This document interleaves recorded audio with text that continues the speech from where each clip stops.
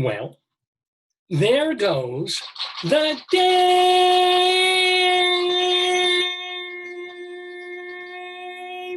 Good morning, everybody, and welcome on this mid-December Saturday morning to the 777th episode of Dave's Gone By, featuring me, Dave Lefkowitz, my wonderful and very talented potato, and of course, my darling and adorable wife, Joyce. Joyce, how are you doing this morning? I'm trying to pull your...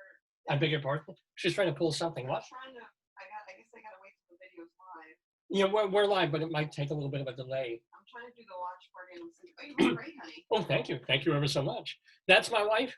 Her name's Joyce. That's Potato. His name's Potato. I'm Dave, and this is our 777th show on this December 19th, 2020. We're calling this episode With a Z, because it won't be Liza with a Z, but someone else very, very special from the theater world will be joining us about an hour from now. Our show runs, of course, from 9 until noon or thereabouts. Or sometimes we go a little later than, because I'm not always within the margins. Sometimes I start at 9:02, but I go until 12:40, or even sometimes 12:41. You never know with Dave's Gone By. That's why I'm even wearing this very, very special, if you can see, outfit today. We've already met.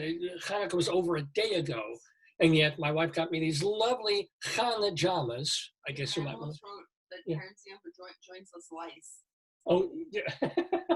Joyce is alerting the watch party that she takes care of, and she also does a whole bunch of other stuff for the show, that our guest, I guess I will tell you, that our guest is a Tony-winning Broadway actress and singer and dancer. She is the proverbial triple threat, and she will be with us. Her name is Karen with a Z, Ziemba, and my gosh, you may have seen her in everything from Off-Broadway's And the World Goes Round, with Kendra Ebb, Contact, you might have seen her with, seen her on Broadway, Chicago State Fair, if you remember that one. Just literally, you go onto the Internet Broadway database and you'll see more than a dozen Broadway credits for Karen Ziemba. You want to put the lights up, David? No, we're good. We're good. But so she is going to be joining us to talk about her career. She's also going to be doing, I think it's a one night or maybe just a couple of nights recorded revival reading video.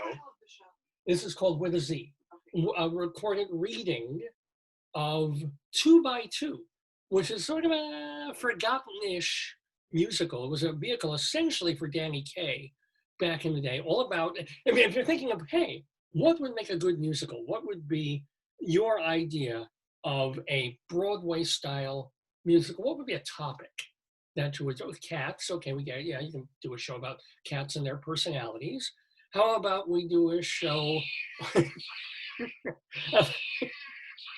about a bunch of Broadway dancers who want to at least make the chorus? Okay, that's a good idea.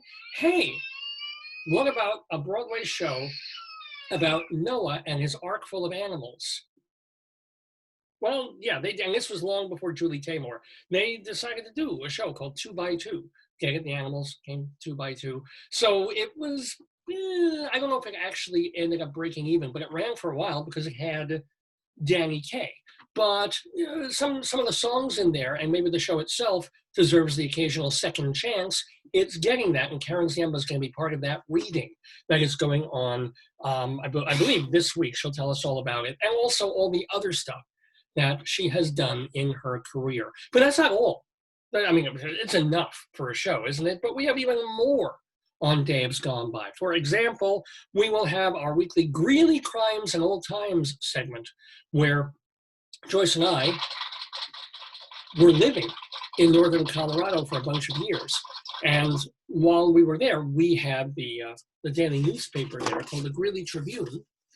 And this paper, serious, normal town newspaper, except a couple of the columns in there made light of the news, kind of like we do here, including Top Log, which were phone calls that came into the Greeley and Weld County Dispatch, the police, but they were phone calls from people who were seeing very weird things going on in the neighborhood. Real life stuff, at public record. The newspaper would collect all of these, pick the funniest ones, and once a week do a column that Mike Peters would oversee back in the day. Now it's done by something Reed, I think his name is. I'm blanking on his name at the moment. It's Trevor, excuse me, Trevor Reed. Also, Greeley Crimes Old Times, our friend Mike Peters goes into the newspapers from 1920, 100 years ago, and plucks out the goofiest, most nostalgic, funniest, weird things, at least from a 2020 perspective, that were in the papers in Colorado back then.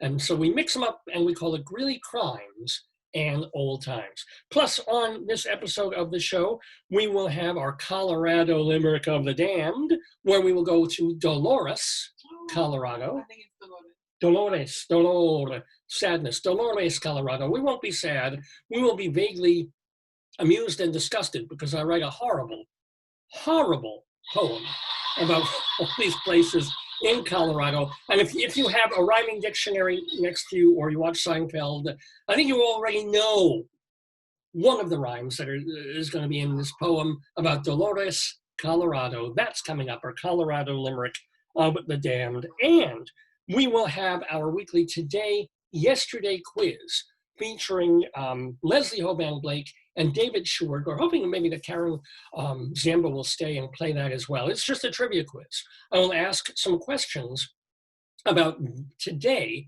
December 19th, in history, something that might have happened December 19th, 1947, or December 19th, 1861. It's, 10 questions. They get to play. It's kind of fun to watch or play against the contestants that we have, and we do that every week. It's the Today, Yesterday quiz. So that should be a lot of fun. And what else? Not a whole bunch of stuff, but quality church stuff. And since we might have a little bit of extra time this week, I'm going to ask my darling and adorable wife to grab the Webster's Dictionary. It's not the Webster's English Dictionary, by the way. It's the Webster's American Dictionary. She is placing her finger down randomly, flipped it open randomly onto a word. Oh dear, that sound of oh my God did not sound good. What? I got the word rolling. Rolling, really? Yeah, but that's part of the dictionary. I can do it again. It was part of one. No, that's not. No, you got it on the word in black. It's kind of some. We're gonna roll away from rolling there. Okay, go ahead. Okay, and the word is, let me see your finger. Did you hit on Goa or Goad? Go ahead. Go ahead. Okay, here we go. It's an adjective, moving forward. Move forward. Move ahead. Enterprising, pushing, permission, or an order to proceed.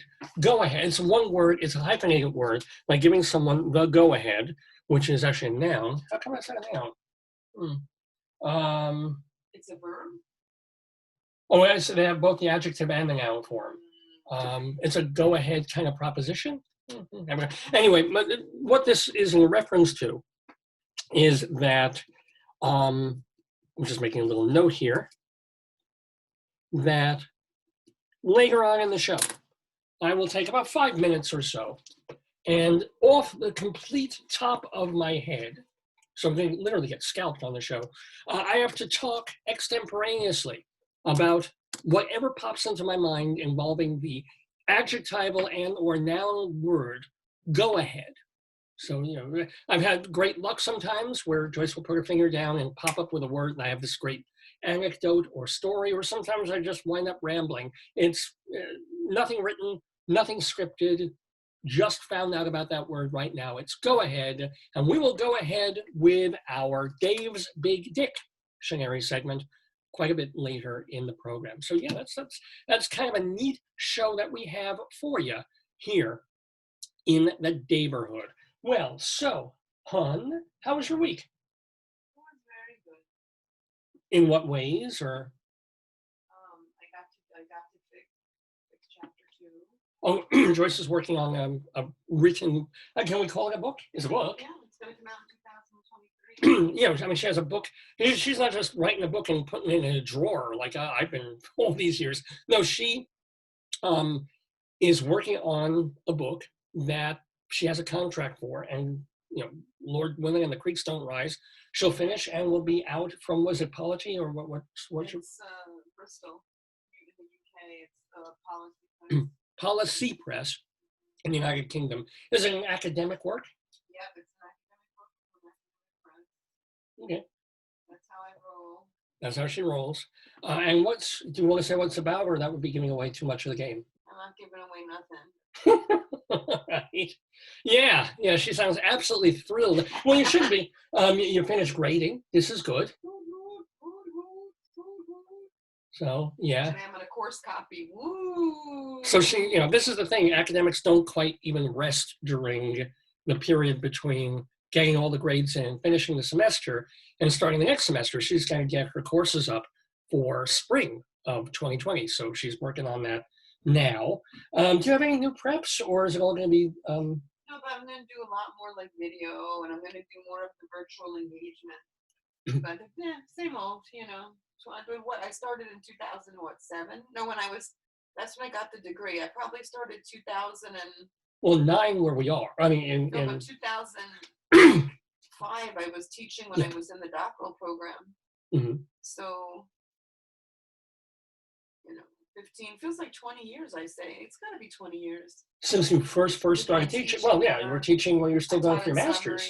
Yeah, absolutely. So, yeah, well, yeah, that's going to be happy you're still in the game, considering. And you know what? It isn't the same old, because the same old would have been you're standing in a classroom in front of like 30 students or 50 in a seminar. Yeah, but our program, or at least one of the things we were mandated with, is converting. So we were teaching online before anybody else did it. So we're comfortable with it.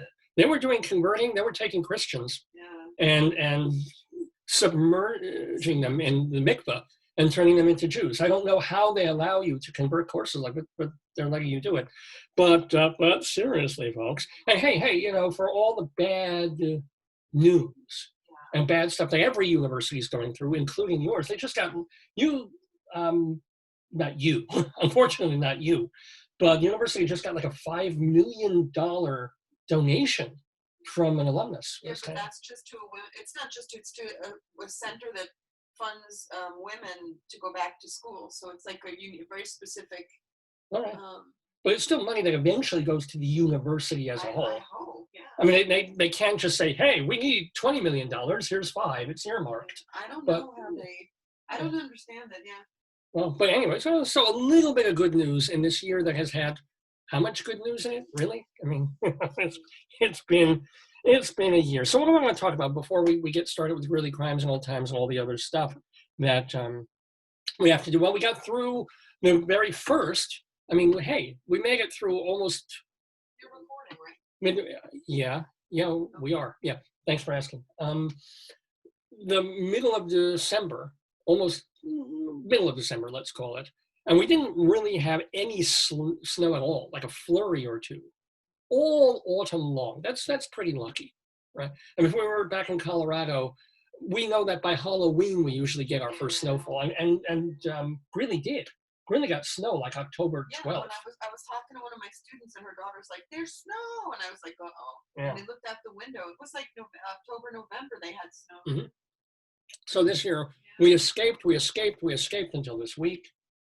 And then this week we got dumped. We got almost the worst possible kind of storm, because there was a lot of snow, and it was also, it was thick and wet and heavy. Yeah. So in some ways that made it good, because the first batch kind of melted, because the ground was still fairly warm. It had been in the 40s the day before and the 50s the day before that.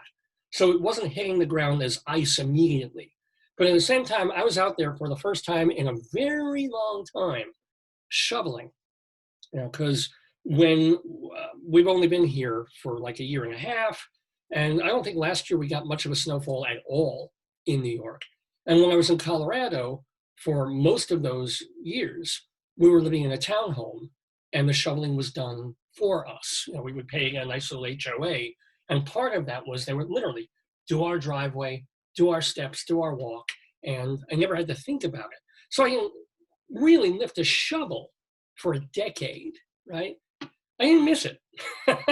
Did not miss it at all. So, but I get out there, I guess it was Wednesday afternoon when things were finally tailing off in the middle of the day.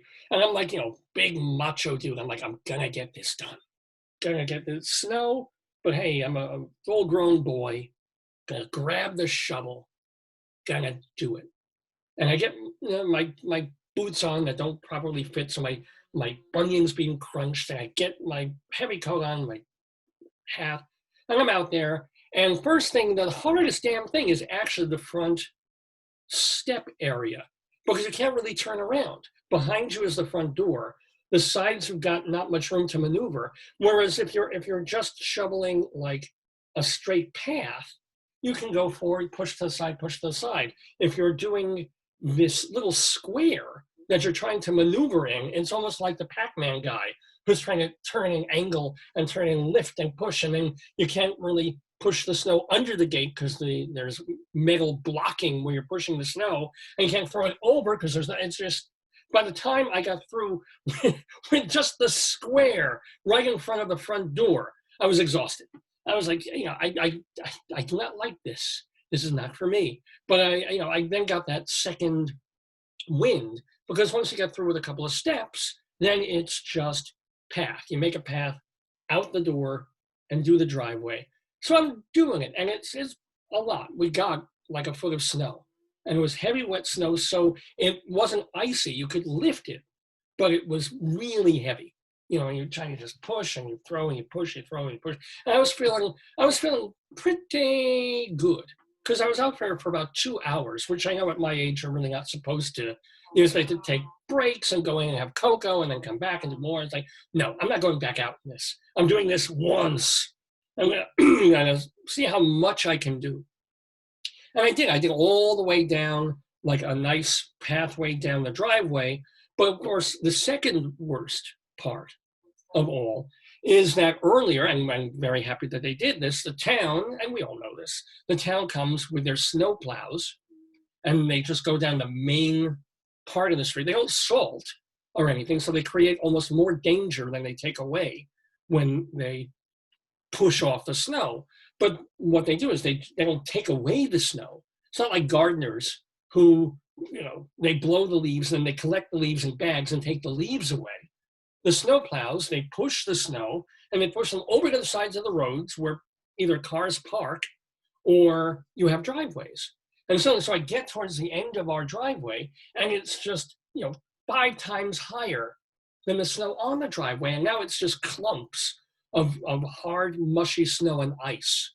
And this is the worst because if the whole point, really, there's only 2 points in shoveling. The point is you want the mail. Moving snow. Right, 3 points. Three points to the Inquisition. Our first point is moving snow. The second point is making sure that the postman or anybody else can get up and down your path without killing and breaking his or her neck so that you don't get sued. That's really the only reason to bother. Otherwise, you just put on boots and clump around.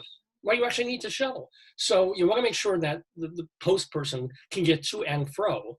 And even much more important than that, living where we do on Long Island, not in a city, you want to be able to get the car out. God forbid there's an emergency, you need to shop, you need to do anything. And the car, we don't have like a giant monster truck. We've got a nice sized automobile, borderline SUV. But it's still, it'll go over some snow. It's not going to go over a snow wall.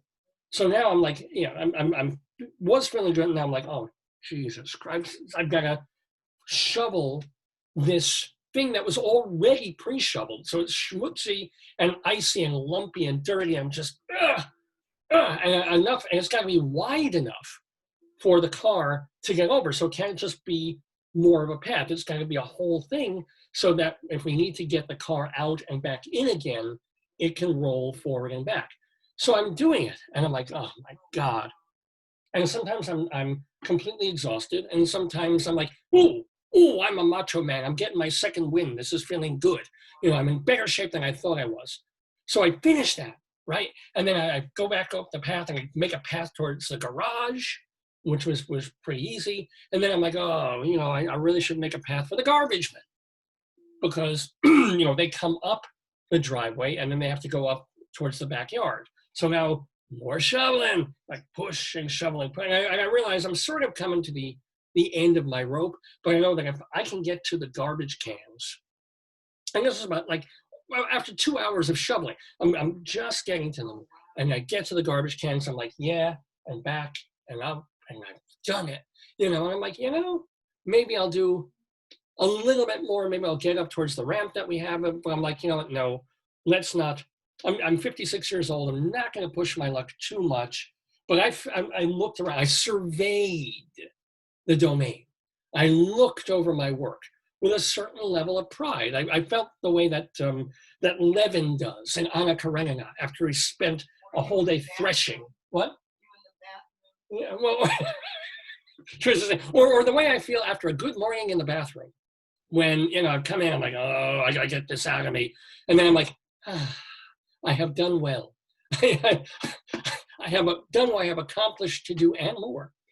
So it's that feeling of real personal satisfaction of hard physical labor, which, I mean, I don't know, I guess there can be if you're a highwayman, a construction worker, even perhaps on a chain gang, and you kind of like the feel. You're like, well, I moved all those rocks today, right?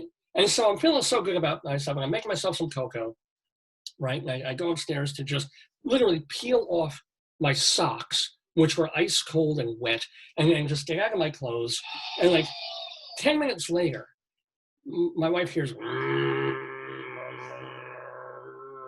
I'm like, are you using your vibrator again? She's like, no. And she's like, so I look out the window, and there's my cousin. My cousin comes by, and he does this, and God bless him, he's been doing this for years.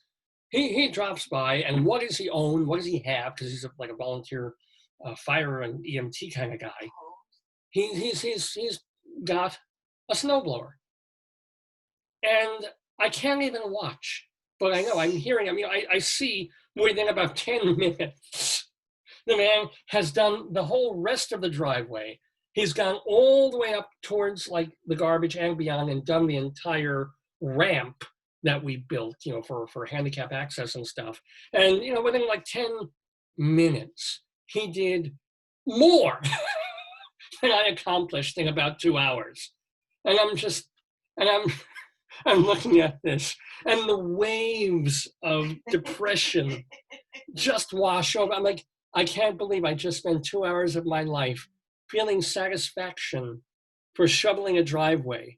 And it's like, oh, okay, yeah, could have called him, could have waited another hour or two, and he would have come by, and I would have been out there maybe 15 minutes more shoveling, because my mother then called me and said, hey, can you salt the driveway and stuff, because it's really icy. I'm like, yeah, sure, I'll do that. What, he doesn't have a salting machine? He does, but he won't use it. He won't use a salting machine. No, I've got to go out there and salt for 15 minutes, Oh my God. And it's like, was not cut out for labor. Welcome to the Terradome. Not cut out for hard, pointless labor. And my arms are still sore. My wrist, my hand was sore the whole day after, still kind of is. And I will do that guy on hip opening now. Yeah, Joyce is going to show me how to open my hips. I've been trying to open her hips for 20-something years. It's a good But yeah, so I hope so many of my viewers are cosmopolitan. They live in New York. They don't think about it. They're in an apartment. You come out, the landlord, you may hate your landlord, but he or she is probably taking care of the front stoop, the walkway, or else New York State's going to get on them. So, if you're out here in the burbs, yeah, you know what it is.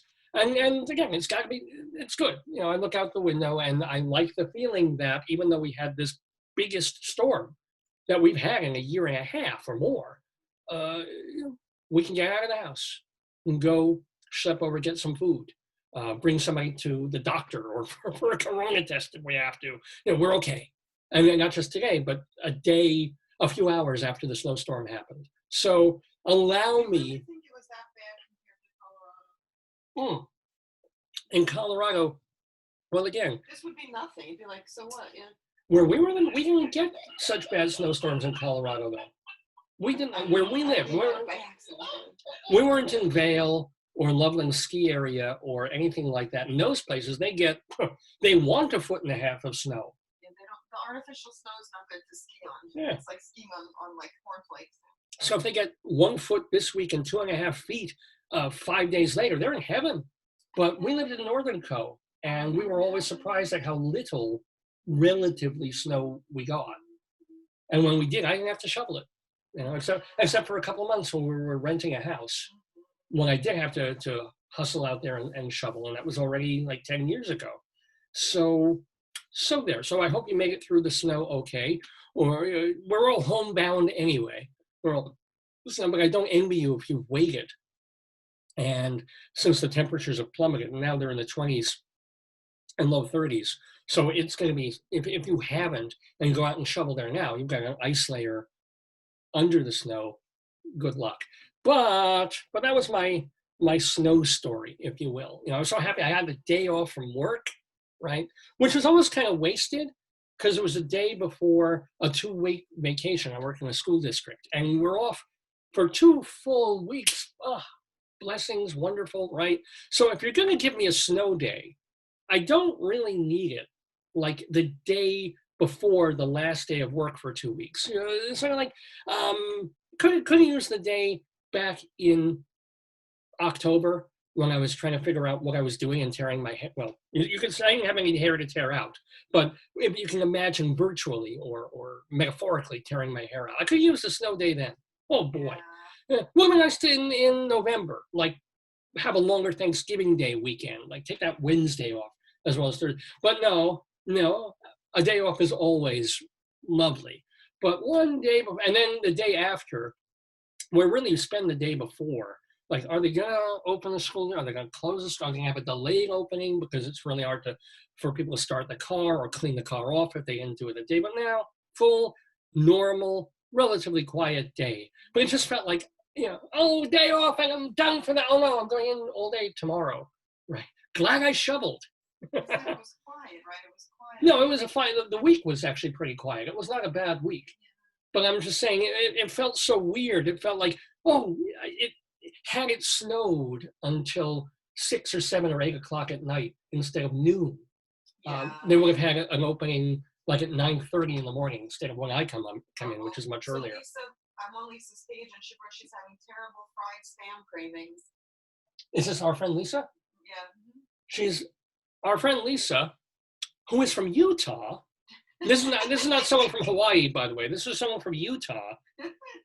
It wrote on her Facebook page, she's having terrible cravings for fried spam. If you're having cravings for fried spam, that's terrible. I will grant you that. Was that apropos of anything?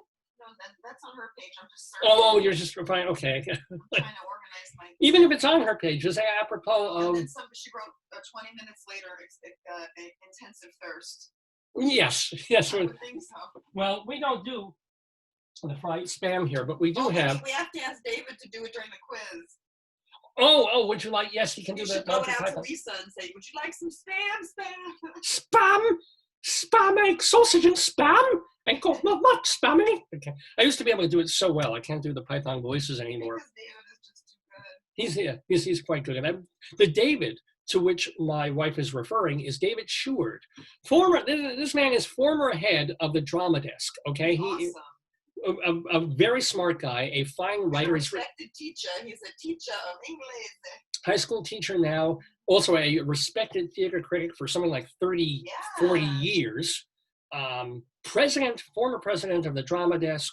Wrote a book about George C. Scott. Still writes for various publications online. This is the man that now we have every week playing the Today Yesterday quiz with us and doing funny waitress voices, holding up a stuffed animal, and basically being a completely different David. But he's also like Slade. Didn't he win? He's undefeated, or did Leslie defeat him? Well, they've gone back and forth. He plays. He's pretty. Yeah, they're serious competitors. Oh yeah, I think Leslie won last week. I think she won handily last week. The Leslie to which we refer is Leslie Hoban Blake. She is a theater critic and a theater director, at least when there's theater to direct. she's been doing that for many years. She is the archivist, I believe, of the Outer Critics Circle. I could be wrong about that. She's emeritus archivist of the other off-Broadway and Broadway theater critics review and award organization. So, and Leslie joins us most weeks to also play the Today Yesterday quiz, which they will both be doing a bit later in this program. And I didn't mention, by the way, I mentioned that Karen Ziemba, of course, is going to be joining us in the Daverhood to talk about her life and career in music. But the person interviewing Karen Ziemba, she's Karen with a Z for Ziemba. Oh boy. She will be interviewed by Rabbi with an S, yes, Rabbi, and a big S he has. Rabbi Sol Solomon will be doing the honors interviewing Karen Ziemba in the Daverhood. You do not want, you don't want to miss this. And as we mentioned to the person doing press for the 2x2 that Karen is involved in, we've had a lot of really cool theater people on this program. Everyone from Sheldon Harnick and David Yazbek, who write musicals, to people who've been in musicals like Linda Lavin and Katie Huffman and Karen Mason and Daphne Rubin Vega and the late Charlotte Ray and Carol Channing. So we're very, very proud of a lot of the people that we've had, and more recent folks like Alice Ripley has been on the show, and Sally Mays, people who bounce between Broadway and cabaret a lot as well. So very excited to have another edition, another new friend of the Daverhood joining us in a little less than half an hour. But what else do we want to talk about on this episode of Dave's Gone By? We can talk about, let's talk about one of the nicest stories. I could have saved this for Greeley Crimes Old Times, but I think you brought this to my attention, or maybe I brought it to yours. The building mural in Peoria, Illinois. Oh, yes. C is for cookie. That's good enough for me. Oh, wait, I know somebody wants to be in on it. Yes! Oh my God, yes, I totally forgot I had this. Joyce is going to help out with this. True story. I don't know if you saw this, but it's absolutely fantastic. There's this painter, this artist who, beyond a graffiti artist, this guy's a muralist and a painter. So he gets a call. Why don't you want to? Okay. Wait for it. Let's set it up properly. So someone that he met at a gallery show of his own, and he handed a card to, contacts him many months later and says, "I own a building, and I want you to paint, please, a mural on the building. And you know what I want?" And this is this really cool, fun thing. It's a parody, in a way, of Soviet 1950s, 1960s mural art. And, they had a motto back then of peace, land, and what bread. was it? Peace, land, and bread. It's the communist worker, Yeah, peace, land, and bread. But we want you to do something else just take the whole side of this building, okay? Here's half the money, handing him half the money in cash. Please paint this. And what he did was this magnificent mural in pop art colors in Soviet style. When instead of peace, land, bread, he put in Cyrillic Russian, peace, land, cookies. And what it was, and you can find this on the interwebs. Oh, Joyce is also looking for it on her phone for the actual mural. An image, a visage of a town in kind of pop art yellow submarine colors with a big old rainbow across it. And the rainbow is being emitted by a chocolate chip cookie. And that chocolate chip cookie is being held by an enormous and beautiful cookie monster. So Joyce is getting the image as best she can. Oh, there! Oh, I see it. Can you make it? It's in the Times. I can't do it any bigger. So. But this is there it is, still kind of under construction. Cookie Monster with the most magnificent eyes, shining his cookie rainbow light onto the streets below. Oh look! Here, the cookie actually posed for the. oh, don't know much about art, but know what me like. So he's, I didn't have this whole thing. Do you think you came out well, Cookie Monster? Oh, they got my good side. Now, now I'm between Cookie Monster and Lola in Big Mouth. But yeah, so there he is. No, it's not a cookie. It's a phone. This is not a cookie. Here, have some Spam. Oh, her teeth. Tooth hurt.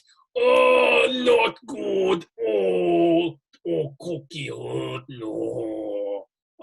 No, don't eat my ear. It's my deaf ear. He might as well. But so here's the upshot. I mean, that would be great just as a story right there, that some really cool building owner who may have wanted a bakery in his place of business wanted a mural of Cookie Monster shining a rainbow from a cookie. And by the way, they met a couple of weeks into the project, or a few days into the project, and they had lunch together. And the guy saw the progress of the building and was so impressed. He said, "Yep, you're great. As promised, here's the rest of the money." Handed him the rest of a very nice fee to do this project. What do you think the upshot of this story? If you didn't read it in the New York Times or elsewhere, what happened, Cookie? What went down? What went wrong? Well, the guy, the painter, gets a call from someone who is really, really irate. And the irate person says, "What the did you do to my building?" And the painter's like, "What are you talking about? We made a deal. You liked it. You paid me for it. What's going on?" And the guy, "I didn't make any deal. I didn't give you any money. We've never met. Who are you? Why did you paint a giant Cookie Monster and a rainbow on this building that I own?" And it turned out that it was this magnificent, I don't know, what would you call it, a hoax Cookie Monster? What would you call it? Oh, I'd call it beautiful fun.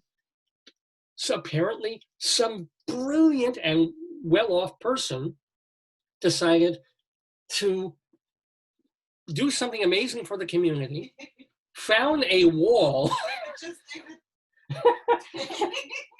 found a wall on a building and said, here's money, I will pay you. Yeah, of course it's my building. To paint a mural of Cookie Monster on the bricks, do it up, and thank you very much. And it turned out that the guy had nothing to do with the building. It's literally a much more elaborate version of the old joke of a guy going up to someone on this a park bench. He's got a dog, and he says, I want to pay him. Does your dog bite? And I said, no. Guy pets him, dog, nips, takes a chunk out of his hand. He's like, I thought you said your dog doesn't bite. I said, that's not my dog. Old joke. This is really the same construction, literally construction. So the poor painter, well, no, not poor painter, he got paid, had to go paint over the mural. Although the way anybody who's ever painted an apartment over dark walls knows that you still sort of, as a palimpsest, you can still see the old behind the new. But it kind of has a happy ending. The story actually does have a happy ending for all concerned. First of all, the mean old landlord, who is just saying, what the hell are you doing to my building? Now realizes that the community, because he was getting angry phone calls now. He was getting, I don't know about death threats, but he was getting, people going, how dare you paint over? We love the mural. And it's not your building. But so now he wants to do another mural that's more to his taste on the side of the building. And the artist, as you might imagine, not only did he get paid for this work, that muralists don't figure their work is going to last forever anyway. He's getting calls from buildings all over town, all over America, of people saying, I love the cookie thing, do something like that for me. So he's set for the next 10 years in terms of art jobs that he can do on building walls, and I'm sure galleries too, all over the country. It literally, talk about a nice holiday, happy ending story. I just wish, my main thing is, why the hell can't artists, I'm sure they do, or maybe advertising things do, of before you start painting on brick, before you start covering some edifice that has been there for 60, 70, maybe 100 years, just put a canvas over it and paint on the canvas. Is 2020. There's a way to affix a canvas thing over the top of the mural. If it's not on the wall, it would be just a canvas painting. Fine. It would still be big enough. Well, oh, sure.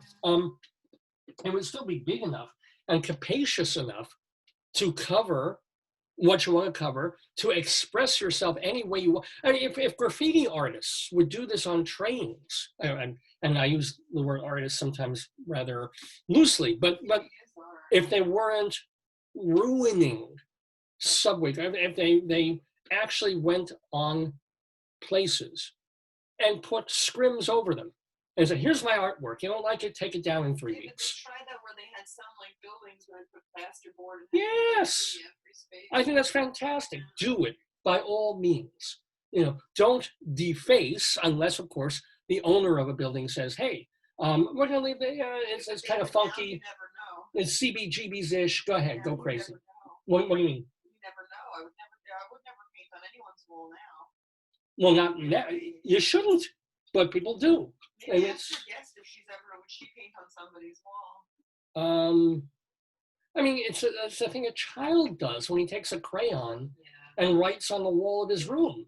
And then the parents have to they learn very quickly. You get washable crayons. Because no, I've never, I know it's now considered art. I know it's now a nostalgic thing for 1970s and the hip hop, rap, and the street dancing era and all that. No, it was part of the ruination of New York. What is street dancing? Well, what do you call it? Breakdancing. Breakdancing. I couldn't think of the word. It was part of, but you know, to some people, it says our culture. It's, you know, our lives matter. It's all of that. To me, it was New York is scary and unsafe and ugly, and that's what it was from the 70s to the 80s. But I'm just saying, it's like it would have been a fair, and still would be, a fair compromise. You want to express yourself, fantastic. Protect the thing you're covering, and cover it all you want. Spray something really beautiful, or just spray your name and tag whatever, because okay, you're not ruining the actual thing that you're covering permanently. Anyway, that's just my But you're on your soapbox. my 2 bit. I am on my soapbox, and you know how I don't like soap. Ugh, ugh. I hate soap. Hate soap. Messy, yucky.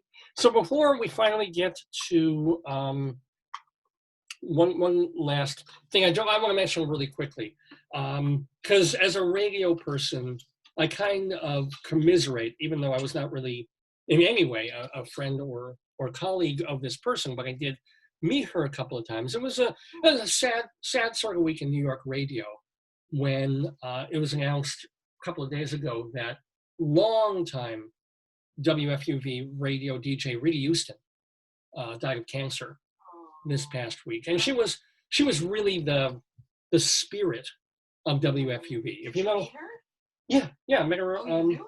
We're not remotely friends or close, but WFUV is the station of my wife's alma mater, Fordham University, and they've been known for. I keep wanting to say Americana, but it's like album-oriented folk rock, deep cut kind of. They're one of the few radio stations anywhere that you can pretty much put on and listen to and enjoy, and it won't be horrible and it won't be annoying. It'll be cool music that if you're from my generation or maybe one generation younger, it's like, oh, this is I can listen to this.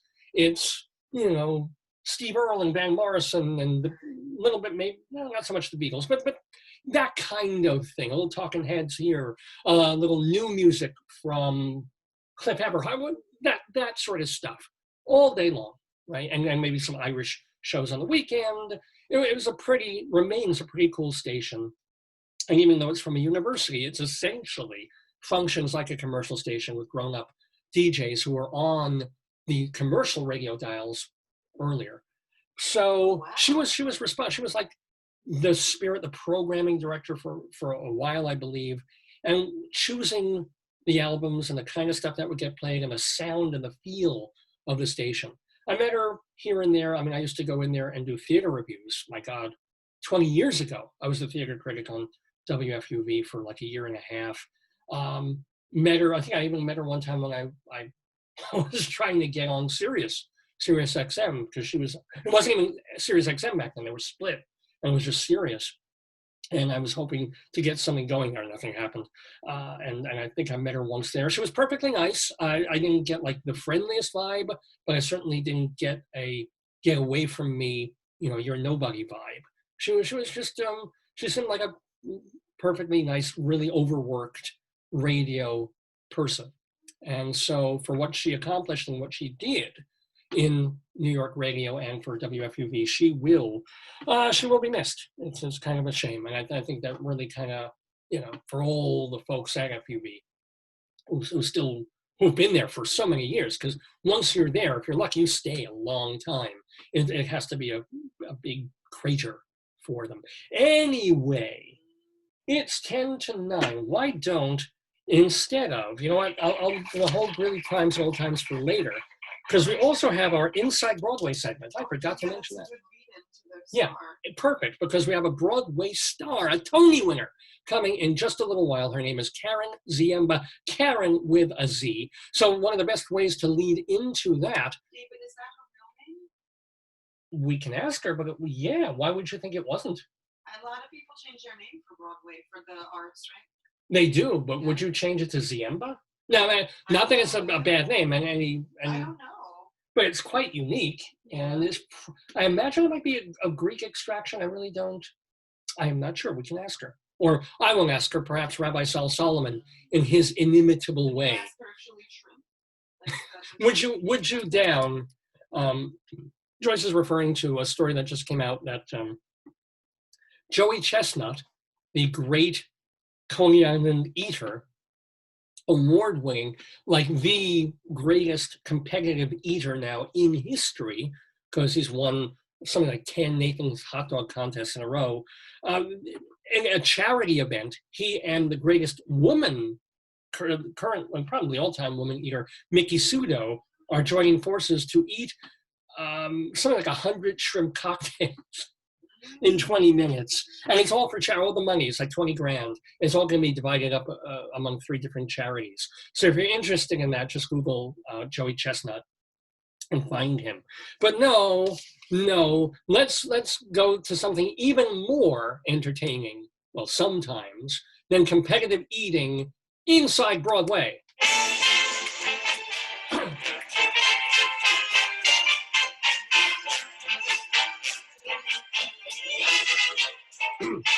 Inside Broadway, a look at theater on and off Broadway and beyond.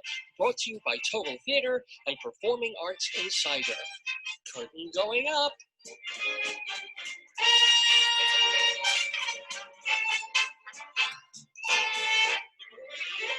Yes, ladies and gentlemen, inside Broadway we go. Live on this Saturday, December 19th, 2020. So Inside Broadway is just basically my keeping you posted. Since I've been a theater critic and a director, an actor, a playwright, a theater journalist, I like to let you know what's happening on the stages of New York. There isn't a lot.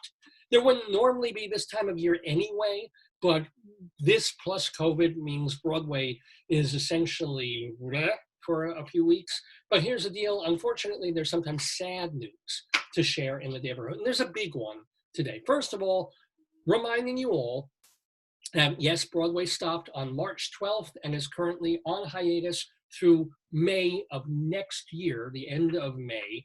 I mean, it's just, we're in the third wave, and not just here in America. London theaters, they were doing some distanced stuff. They were kind of open, some of them, and very dispersed and going through all these protocols. But now they're suffering the third wave too, and now they're closing their theaters for some extended period again. So they're open, now they're closed. The only light at the end of the tunnel, besides the vaccine, is that some shows are announcing that they're gonna have dates to come back. Just like some Broadway shows are picking things late in 2021 or announcing for 2022. Across the Western world, some shows are saying, we're dark now, but we're coming back. For example, Harry Potter and the Harry Potter and the Cursed Child has said that in February it's coming back to Melbourne, Australia. How? Because Australia may be I don't buy it. at the end of the wave. It's not gonna happen. Oh, here, this will make you happy. Mary Poppins and Hamilton are expecting to reopen in May in Give me London. my heart medicine. Joyce says just something against Lin-Manuel Noriega, I can tell you. But so Later, David. even as things are closing right now, and they're trying to say, hey, they're closed right now, but not forever. But closed forever, and this is the big sad news if you haven't heard this week. Anne Reinking, the dancer and actress, has passed away at the age of 71 That's horrible. years old. So she was so beautiful. She was a fine dancer. She died on December 12th in her sleep. It wasn't like she was battling some disease. She just died in her sleep. That's the best way to go. But Yeah. She She started in ballet, of course. Then she was in a Seattle iteration of Bye Bye Birdie, and then came to New York. She was in the ensemble of the original Cabaret. Yeah, that was beautiful. Like, Yeah. beautiful. Didn't she direct it, or she had some? Well, no. Now we're talking about Chicago. Oh, so, Chicago, yeah. yeah. But when she did Pippin, which is a very dance-oriented, what do you mean? Oh, pooping. Joyce is saying, usually I'm the one who's very fecal-philic, but Joyce says this morning. When she did Poopin', she the director there and the choreographer was Bob Fosse. Wow. And she became his muse and his girlfriend, even though he was still technically married to Gwen Verdon. What? Bob Fosse. Jazz hands. Oh, or Potato's going to do jazz hands. Do it, Potato. Hold on, he can do it. Oh, that butter. There we go. So, yeah, in fact, she ended up replacing Gwen Verdon in the original iteration of Chicago. Then, for the 1996 revival of Chicago, the one that was still on Broadway in March and probably will come back sometime in June, July, or August, she choreographed it, won a Tony for doing that. She was in it. She was also in dancing back in the day. She co-created and co-choreographed the 1998 revuesical called Fosse. She got Tony nominated for that. She was in Coco. She was in Tony nominated for Good Time Charlie and Sweet Charity. What was the last thing she did? What was her last? Oh. I think her last Broadway, because she retired a couple of years ago. She was involved. She did some movie stuff. She was in All That Jazz. Remember the Fosse movie about with what was his name? The guy from Sorcerer, Roy Scheider. Oh wow. Was in that, playing basically a Bob Fosse character. She was in Mickey and Maude and in the movie version of Annie. Cheetah Rivera said, quote, "Her spirit and razzle dazzle will be with me forever." Yeah, and that's what she had. She had razzle dazzle, the late Anne Reinking, who left us this past week. By the way, I want to just remind you very quickly that if you care about Broadway like I do, or you want to start caring about Broadway, one way to do that is to get yourself a copy or a whole subscription to Performing Arts Insider, the Bible of Broadway since 1944. This is where you turn, we're thinking now in terms of June, July, August, and certainly fall of 2021, when all these shows that closed or were just about to open are going to come back. If you want to know what they are and who's involved with them and how to contact those folks, you got to get yourself copies or subscriptions to Performing Arts Insider, the Bible of Broadway. Every issue. Is the Drama Desk bookstore open? No, Drama Desk, the Drama Bookshop closed forever long before COVID. They closed like a year and a half ago. So just because of rent. From the website? PerformingArtsInsider.com. Performing Arts. Right now there's no stores, brick and mortar stores selling it, but it is a hard copy magazine that you can get by going to performingartsinsider.com. It's not cheap because it's a journal. It's like People magazine. People who want this journal need the information in it, but they renew year after year because they know it's the best place to get Broadway off and off Broadway info. Plus, there is a column that we've been doing, a big one, of shows that you can watch either for free or we let you know if it's paid, theater on the web, whether they're current new virtual Zoom shows or stuff you can find on YouTube and Vimeo of things that were filmed years ago. Yeah, performingartsinsider.com. Thank you, Ben. I'm not chatting the Facebook thing. Yeah, performingartsinsider.com. It is the Bible of Broadway. Well, before we have our guest coming in, I want to do a little bit more of inside Broadway. Some bad news, some good news. So the bad news is that we lost another theater person, not really a Broadway person, but Carol Sutton, a New Orleans actress. She was in the Steel Magnolias movie. We actually have Robert Harling. He's one of our friends of the Daverhood. He's been on the show. He wrote the play, Steel Magnolias. But Carol Sutton passed away at the age of 76 this week from coronavirus. Wow. She was off Broadway in 1987 in a show called Stagger Lee, where she appeared with Ruth Brown. Check this out, in a musical with a score by Alain Toussaint and a book by Vernel Bonnery. So pretty neat. She was in the autobiography of Miss Jane Pittman, In the Heat of the Night, and the TV series Treme. So if you saw her face, you would know Carol Sutton, who passed away at the age of 76. But here's the good news if you're a theater person. You can watch a movie version directed by and adapted by our friend of the Daverhood, Ruben Santiago Hudson. No, sorry, he did not direct it. He adapted it. He adapted Ma Rainey's Black Bottom, one of August Wilson's most acclaimed plays, has been made into a Netflix movie directed by George C. Wolfe. It started becoming available yesterday. The reviews are generally very, very good. It stars Viola Davis, Coleman Domingo, the late Chadwick Boseman. It got a lot of extra press because of that unfortunate news that he passed away. The play debuted at the Court Theater on Broadway in 1984. It takes place in a Chicago recording studio where tensions simmer in the band of Ma Rainey, who was one of the early blues singers and recording artists. So yeah, if you know the play or if you're at all interested and you have Netflix, it's Ma Rainey's Black Bottom that happens this week. And that is a more happy way to leave our Broadway segment inside Broadway. It's the famous gay white way where the night is bright as day. Ain't Broadway grand? It's not just a thoroughfare, it's a tingle in the air. Ain't Broadway grand? It's excitement, it's romance, it's all fun and song and dance. This wonderland. You can be a millionaire quicker here than anywhere. Ain't Broadway grand? You audition. Die. Oh, shalom, my friends. Oh, shalom, my enemies. This is your old pal, Rabbi Sol Solomon, founder and spiritual leader of Temple Sons of Bitches in Great Neck, New York.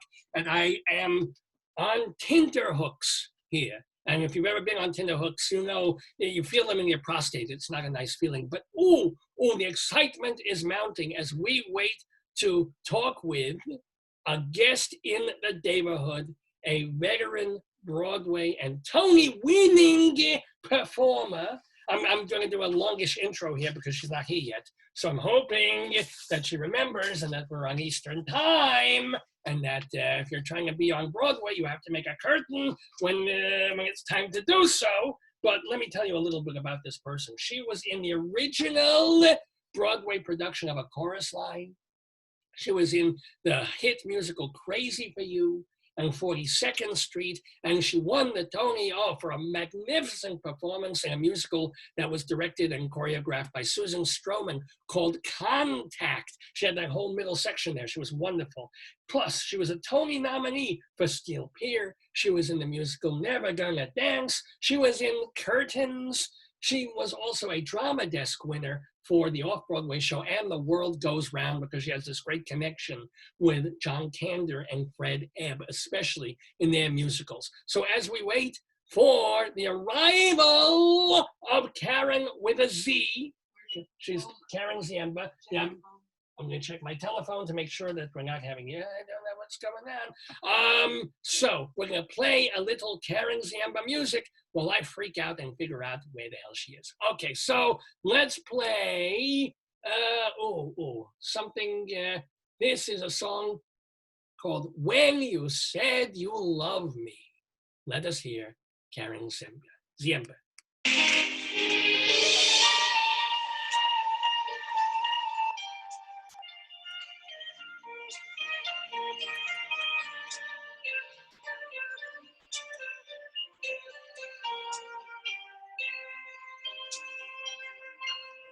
Said you love me, all sorrow goes away. Like a swan, I soar high, I fly. Good morning.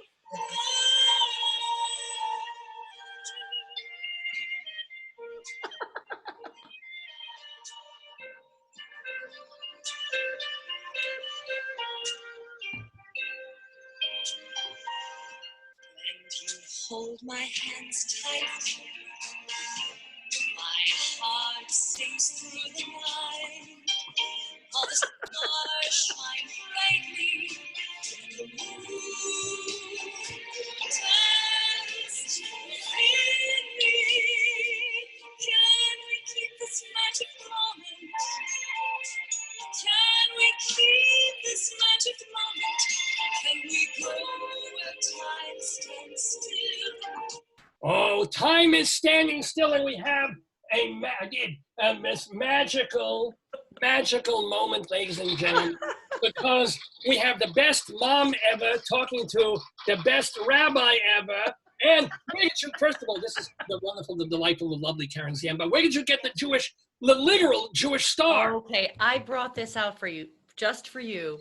My good friend Mesh Goldish, who is avid. Do you know Mesh? No, but what a name! Oh, he's an avid theater goer, and we met many, many years ago when he came out to the whole theater in Montclair, New Jersey, to see And the World Goes Round before it came to off Broadway, and we became friends, and he became a fan too, and wonderful guy. And he asked his friends to bring this back from Israel, and I had it on my door during Bullets Over Broadway.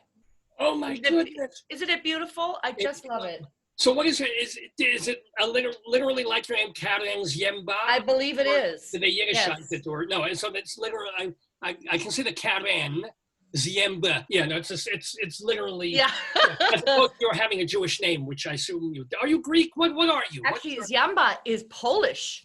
Oh, A Ziemba is a bullfinch, a small, colorful bird. well, which you are. You are. It was supposed to be a compliment, but a small, colorful bird is Karen Ziemba, Tony-winning actress. When I moved to New York City, my father was German speaking because where he was from, it was occupied by Germany for many years. So he spoke German, but my name is Polish. And so when I moved to New York City is when I learned a few Polish words and a lot of good Polish food in the East Village. But the Polish people that I met taught me how to say it, Ziemba, say it correctly in Polish. And then later when I was like looking up, like, what is it? What does my name mean? Because names mean something. They always come from something, son of or whatever. And it's and Polish people would say, oh, it's a bird. It's some kind of bird. And so I finally looked up. It's a bullfinch. So. And bullfinches are beautiful, red-breasted. The males are red-breasted. They're beautiful. I'm sure you're not more related to Zumba, like the dance thing, that all the oh, I mean, it's just a thought. That has gotten, that's happened before too. I remember I was going to rehearsal somewhere, and it said Zumba classes upstairs, and somebody was going up the stairs, goes, oh, look, Zumba? And they pointed, I said, no, that's me. I thought they were talking about me. I'm here. Oh my God. I'm here. I'm on my way. By the way, you look wonderful. We have a woman here in the room. Even though we should have a curtain between us, but there is a female in there, and she says, "Oh, your hair looks amazing. Your hair looks wonderful." So Yeah, I've got naturally curly hair. So yeah. So when, and I'm sure you answered this a million times, so answer it 1,000,001. When did you realize when you were a kid that you had to sing and dance and act and do the whole thing? Well, I was competing with my 3 brothers for attention. So, and no, that's part of it. But my grandmother, Winifred Height, she sang with New York City Center Opera. So it didn't go to my mom's generation, my mom, who's her daughter, but my mother loved musicals and loved music and dance and wanted to do that herself. And she had a family, a big family instead. But she gave that to me. I was the only girl in the family, so that went to me. And so I just took to it like a duck to water. And I would turn on these great soundtracks and cast albums that I had that my father used to listen to on the big hi-fi. Like, which was your, when you were a kid, which was the cast album that you wanted to listen to more than anything? Oh, goodness. I loved Oliver. I played every single one of those urchins. Of course, you know, anything Julie Andrews, Mary Martin, Gwen Verdon. We listened, and then we also listened to a lot of Henry Mancini because he did the soundtracks to all the, the Pink Panther, and yeah. we would make up, my brothers and I would make up scenarios, and we'd go around looking like, I did that with Zulu. No, I did that with Zulu and the Zeta. Trying to do the Lou Gossett Jr. role. It didn't always go too well, but I tried for that one. So yeah, a lot of music. Did you do shows in like high school? Were you a theater person? So yes, I had danced all my life, so I was big into ballet and tap and things like that. But in my high school, they needed a Maria in West Side Story who could do her own dream ballet because there were no ballet, no major dancers in the high school.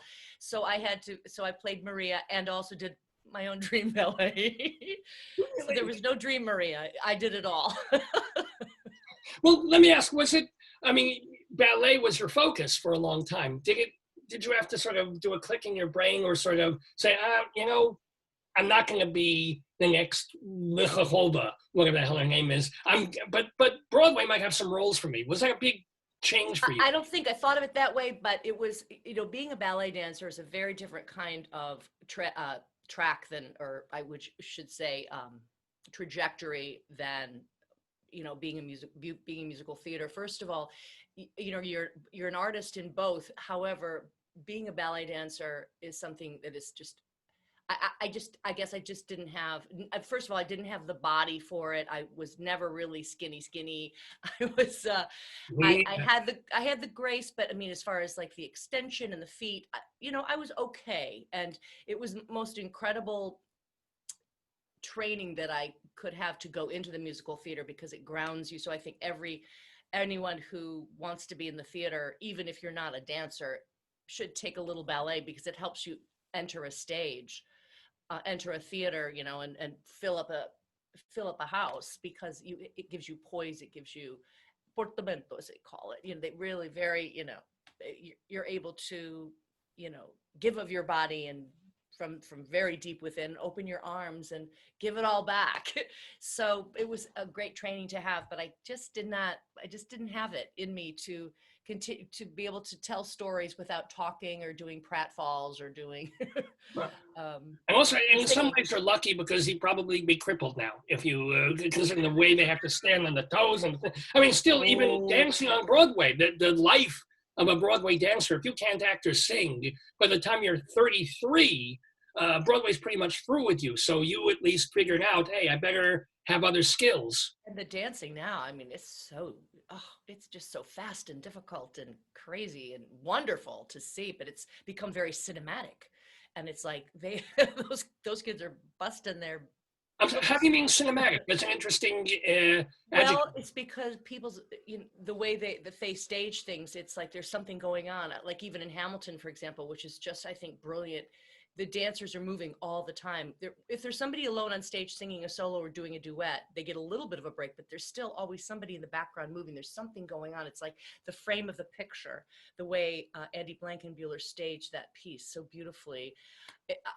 Anyway, those guys really work their buns. And then they're changing costumes, 10 times a night along with it, really quickly in the week. It's a lot. It's Actually, it also occurs to me as someone who's still a dancer and still a singer and a vocalist. Well, thank you. What have people, what have your colleagues and you been doing in terms, because most people who are on Broadway, whether in the chorus or have moved higher to the level that you are, they go to dance class 2 or 3 times a week. They take vocal. How are you? But you can't go to a dance class for the past 9 months. What do they do? I know. I'm friends with Tyler Peck from the New York City Ballet because we did a musical together, and she teaches classes on virtually every day, and she has to dance, and she goes out into the park and she'll dance. You have to keep your technique going, especially that, because you'll lose all those muscles, so small muscles that literally hold up your body and allow you to jump and leap and balance.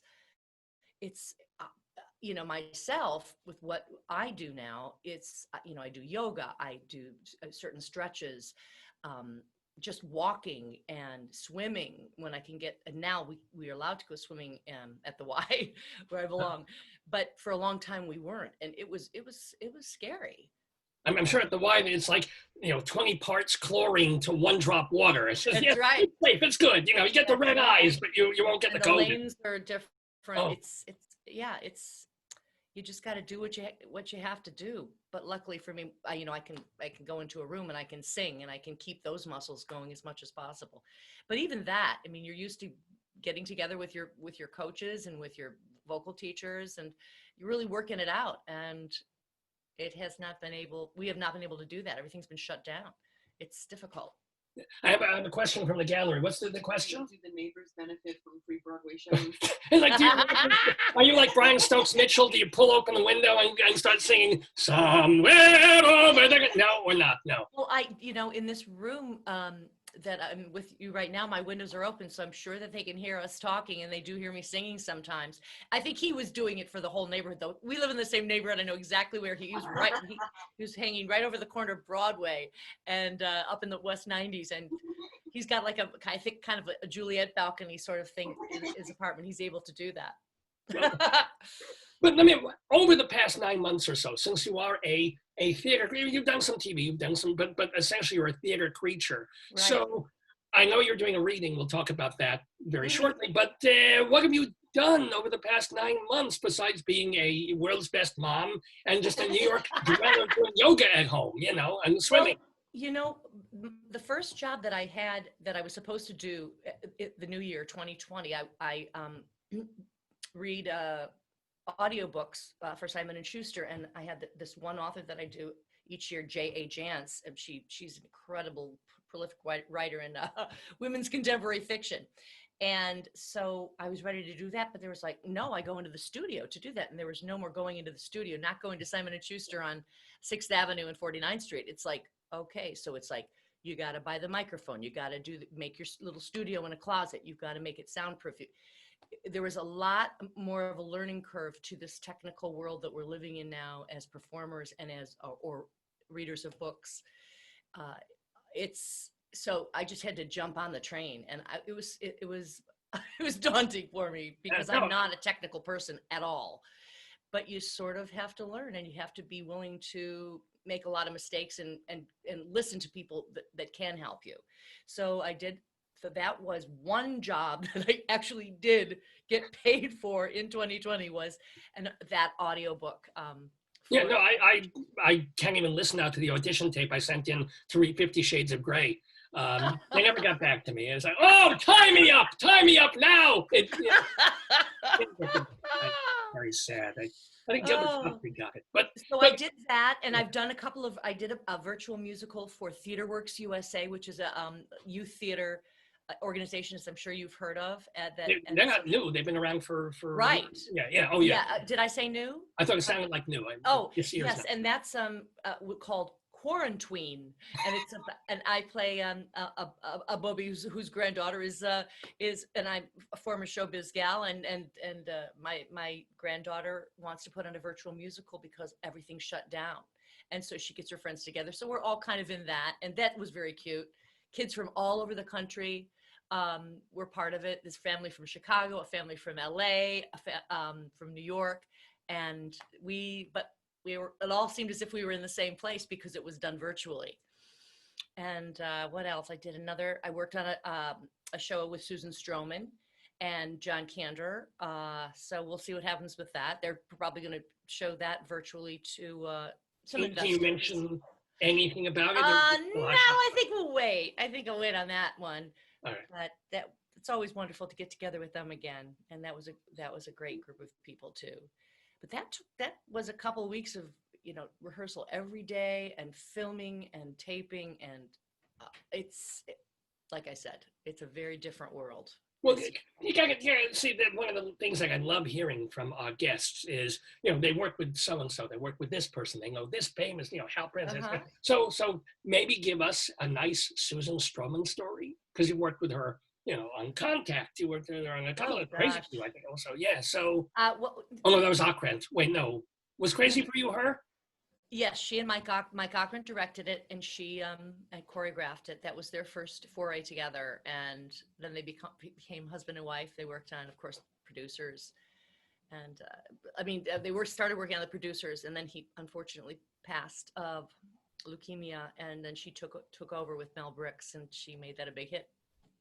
So, but tell us, Well, Susan Stroman, I just remember when we first started out, she asks you to do very risky choreography and try some really crazy things. And I had not worked with her before. I was youngish at the time, and I remember she asked me to do something in Arthur in the Afternoon, which was this very sexy, titillating number. And I said, no, I can't do that. I can't do it. She goes, Casey, just try it. Just try it. I said, I don't think that's right.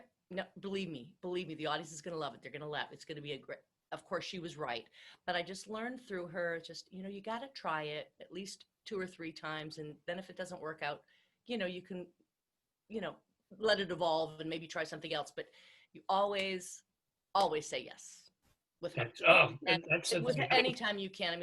There's certain things, of course, that it's like, there's certain things, you might not do, but when it comes to choreography or comes to trying something in a scene, you got it for the director. You at least have to try, or the choreographer. Absolutely. For me, my leg doesn't go that high. Okay, they'll figure it out. But I learned to say yes more and take more risks and just be open to things, because sometimes you're surprised at how well it works and how much you can do and how you can stretch yourself. So that's a wonderful story about. Yes, she does that. She does that. She makes people take chances. Now, you were also in, I think your most recent Broadway production was Prince of Broadway, the Hal Prince show. Wow. So, and he was still alive. He put that together. He did this tribute to himself before he died. So yes. You can tell, since he's dead, you can tell a nice story or a not nice story about Hal Prince. Pick one, but tell me something about Hal Prince. Gosh, he's the one who had all the great stories. He could tell a story like the drop of a hat, and he worked with everybody. And I just remember what I loved working with him on the most was the song "So What" from Cabaret that Frau Schneider sings, that La Vilaine. So who cares? So what? Yeah. Yes, originated, and he talked about La Vilaine, and I'm reading her a biography on her right now. And she was a fascinating lady from Austria, and just the way he would talk about her, is sort of like I just sort of then she inhabited me in some way. And of course, we don't look anything alike, but it doesn't matter. It was just the way he would talk about her and the way he talked about her abandon and this incredible humor she had mixed with the anger and everything that was going on in her mind as that character, and her life that she brought to it. And I just took a hold of that. And I just remember him talking about, he would just swing his arms, and Lotte would just go for it. And so I just allowed myself to do that too. And I was like, oh my God, of course, this is totally works for this song. And I just loved it when he would tell the stories about the people that he'd worked with through the years. But I was so fortunate to get a chance to be part of his troupe before he left this earth. See, I just have a little Lenya, but it's nice that you had a lot of Lenya. I'm sorry. I apologize. Really, I apologize for that. But here's the deal. What people, if there's one kind of team that people associate Karen Ziemba with, Karen Ziemba being you, it's candor and ebb, or at least now John Can. What is it? Is there some reason you think that more perhaps than anybody else, you've solidified with them and you're known for their stuff? You know, and the world goes round and Steel Pier and, you know, right. I think it's just you become part of the family, which happens a lot in the theater and in a lot of the performing arts. People like working with their extended family and the people that step up to the plate and work as a team, but also not only do they get the job done, but they also are fun to be with and don't, you know, life's too short to deal with those who are always going, no, you know. And like I said before, you just have to be able to jump in there. But everybody loves John Kander.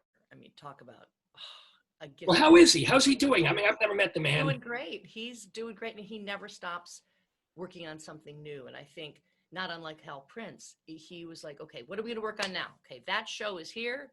That show opened. It did well or it didn't. What are we doing tomorrow? What am I working on now? And that's what keeps him thriving. So. Yeah, that's you know, I hesitate to say it, but he would know it's a Jewish thing. Like you spend all year reading the Torah, you finish, you get to the very last word, and what do? Right, you start over again that second, you go right back to chapter 1. It puts all of us in therapy. But there's something about that in that nature and that character is like, finished. No, I can't just stop. I've got to work. I got to go back to and start all over again. Sure. It's in our nature, I think. Speaking of building something from the beginning, is it true? And I've sometimes felt this when I've been performing, that you build when you get into shoes, like a real actual pair of shoes, that sort of creates the character for you in a way. It helps. Because it puts you on a certain level. They feel tight. They look a certain way. I would say all of the clothes, though, the stockings, when I wear stockings, I totally feel different. Stockings into shoes. And also, if you're doing a period piece, sometimes you're wearing a girdle, or you're wearing garters, or stuff that women wore at a certain time, or you're very confined in a corset. It's good for my prostate, I'll tell you, when I wear it. It explains a lot, though. It informs a lot, I should say. The weight of things on you, or the lightness, depending on, you know, what you're doing. So the last thing I did, the last big musical on stage I did with Susan Stroman was a production called Little Dancer, which was about Degas and his muse, Marie van Gertem, who was the model for the Little Dancer sculpture by Degas. And I played the mother, and I'm a laundress, and the skirt that I had to wear was this kind of heavy, almost burlap-y thing, and everything else on top was kind of very light because we're working in a steam-filled, you know, basements in Montmartre. But it did something too. There's a weight to it. There is a heaviness, not only to the character, but to the actual devices that you were wearing, and the tightness and of the waist, and the heavy black boots that you wore. I wore. It does.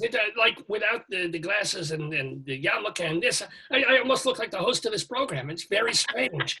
And I put those on and I feel more rabbinical. Were you always a comedian? I'm a man of the cloth. Very chintzy cloth, but what can you do? Let me ask you though, and hate to be a downer, but let's think of an upper sort of upper like pill talking. No, but you were in Chicago, right? Yes. You must have worked with, you've sung with, you've danced with Anne Reinking, Yes. whom we lost this week. I know. 71 years old, nothing wrong with her. What the hell? But Yes. tell us some Anne Reinking memories, some Anne Reinking stories. Well, Annie Reinking choreographed, of course, this last revival of Chicago, which has been running for years and years and years. And I replaced in the role that she had played of Roxy Hart. And for me, it was the first time I played that kind of character. And so it took me a while. It was a learning curve for me over the few months before I came to Broadway. I did it on the road for a few months, and then came in and played opposite Bebe Neuwirth as Velma. And I remember Annie coming in to see it and giving me some notes about it, because she had played the role, but she didn't get the chance to really direct me, because Walter Bobby was the director. She was the choreographer. But later, when she would give me some tips or some pointers, I was like, oh, it made a lot more sense to me. Not only because what she said, the images that she gave me really helped me, but also because I had been playing the role already for a few months. So I was sort of getting into it, but I was then I had like a springboard to take off from. And she gave me some image, I remember, about Roxy, saying she's like the girl that wants to go to the prom, and they're saying, no, you can't do it. She goes, yes, I am going to go. She was like a child. She was like this woman child. And I thought, okay. And she says, don't think about anybody else, because I was worried about something that was going on with some of the other characters on the stage that was, I thought, pulling focus or something. She says, don't worry about them. Worry about yourself. And she said, that's all Roxy cares about anyway.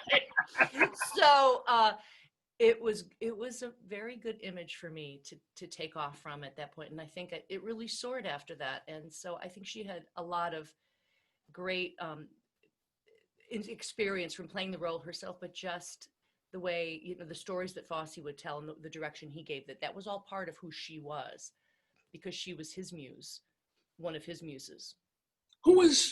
Did you have a muse or an idol, either growing up or even later in your career? Was there somebody that you're like, oh, could have been Anne Reinking, could have been Stroh, could have been... Well, I did love Anne Reinking. I remember seeing her in Dancin' on Broadway. I was in college then, and we came for a trip to New York, and I saw her dance, and then I was like, holy wow. You use the word, yeah, right. She was unique, and she was like, like a panther, kind of, just when she would move and the way she would look at the audience.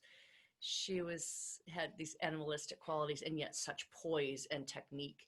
She was pretty phenomenal. But of course, Gwen Verdon, I loved, and used to dance around the living room to that Sweet Charity, LP until it had deep grooves in it. The Cy Coleman music was just also so jazzy and wonderful. But I loved her. I love Shirley MacLaine, Judy Garland. I mean, we're talking about the movies too, music movies and stuff. So there is not any one in particular, and I loved Angela Lansbury. There's just so many. All right, that's fine. That's perfectly wonderful. But anyone, it sounds like also some people kind of took you under their wing a little bit. Sure, when you were on a particular show, a director's going to give you this and a choreographer's going to tell you that. Was there anyone that you kind of had going for years, no matter what show you're on, that was kind of in your corner? Oh, well, definitely Stroh. Definitely Susan Stroman, Scott Ellis, and John Kander, and they did a lot of shows together. So I was in that camp. And then we're doing it again. We're still at it. We're still here, as they say, as Stephen Sondheim would say. Now, speaking of being still here, I do want to tell we haven't gotten to this yet, but you are, as you said, you've done some readings, you've done the thing for TheaterWorks USA, but now you're going to be doing, I think it's a one-time benefit reading of a musical that starred Danny Kaye back in the day, all about, I love this, it's biblical, it's Noah and the Ark. Tell us about this show.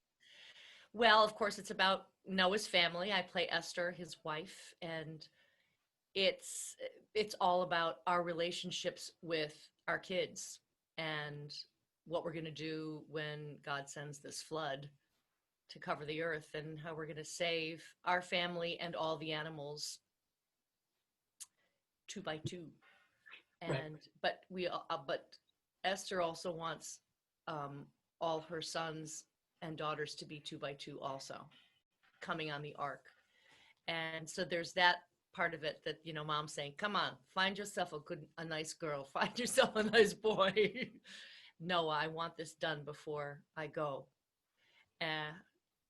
Did you see the original? Did you see? No, I didn't. My parents did because they had season tickets to the Fisher in Detroit, where I'm from, outside of Detroit. So every once in a while, my dad would take me like on a birthday to a show down there, but they saw everything. And a lot of things started out of town at the Fisher, at that Nederlander Theater back in the day. Yeah. So they saw a lot of pre-Broadway tries, and I think that was one of them, unless it was on tour after it was on Broadway. I can't remember which direction it was in, but they got to see Danny Kaye and playing Noah. Yeah. I mean, there's whole books written about how he wasn't always on his best behavior during that show. He wasn't happy with it. Did they revise it? Did they are using the old Peter Stone book, or did they do work on it? I mean, there might be a couple things that sort of move a little ahead a little bit sooner. They maybe cut a few bars of music out because we're not actually dancing on screen. Some of the dance music and stuff like that, and possibly some of the lyrics, but it's pretty much the same thing. Walter Willison has added a song, however, that was written for the piece at one point that was cut, called You Couldn't Please Me More, which is a lovely song. So Richard Rodgers too, his style of music, his style of composition, and it's pretty. Oh, good. Okay. So By the way, if you're still casting, if you need a lemur. But he added that to the end of the show when he sings to Esther.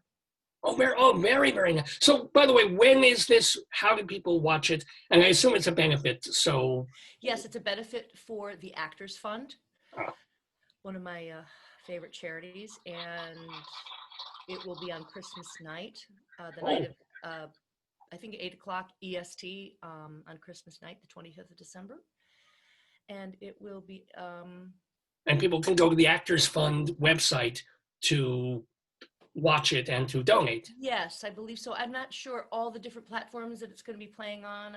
I believe it, it will be shown then, I think, for a few days, maybe on YouTube, Facebook, how they do that. But definitely that night, Christmas night, the 25th. Can I ask you how it's going to work if you have a duet? Because if you're in one room and they're across town, and even doing this program, there's like a delay between when I'm talking to you and when people are watching. That's technical magic.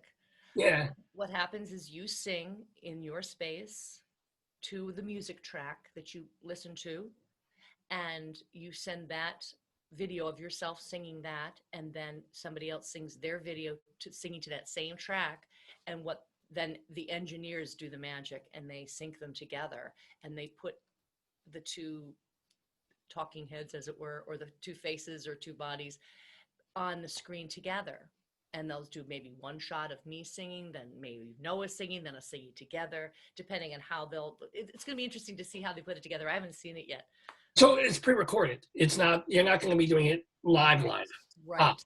Yeah, it all has to be like a film, has to be your shots, their shots, put them together, singing together, syncing them up. But yeah, it's a lot. There's a lot to it. Well, there's still so much more, speaking of a lot, to ask Karen Ziemba, who is with us in the Daverhood. So let me ask you your all-time favorite role. Oh, my goodness. Was it the abused wife in Contact? Was it, right? No, I want to put words in your mouth. It might be something you might have been never going to dance, or still, you tell me. There's something you get out of every role you play, and whether the show's a hit or whether the show's not as successful. And a lot of it has to do with just all the other people that you're working with on stage and the story that you tell. But I have to say, of course, the roles that were created for me Steel Pier and Contact, they are in a totally different category because it was created from me and from some, helped by somebody else. They wrote the story. I brought the character to life. But I have to say that one of my most favorite roles in shows that I ever did was I did a production of 110 in the Shade, written by N. Richard Nash, originally The Rainmaker. We did it with New York City Opera in the early 90s. And when you're doing that, And you were Lizzie. You were the main. Yeah. You do that show, tell that story on that stage. At the time, it was not called the Coke Theater. It was, I think it was just called the New York Pepsi City Theater. Theater. Yeah. And with that full orchestra and the people that were in that cast that played my brothers, and it was just magical. Tom Jones, Harvey Schmidt score, and orchestrations by Hershey K, who'd written some of the great, with Can't get a better Jewish name than Hershey. I went through it, yeah. So let me tell you, and you don't have to name them. Wonderful. It was pretty wonderful, and I came from my own family of many brothers, and so I understood her.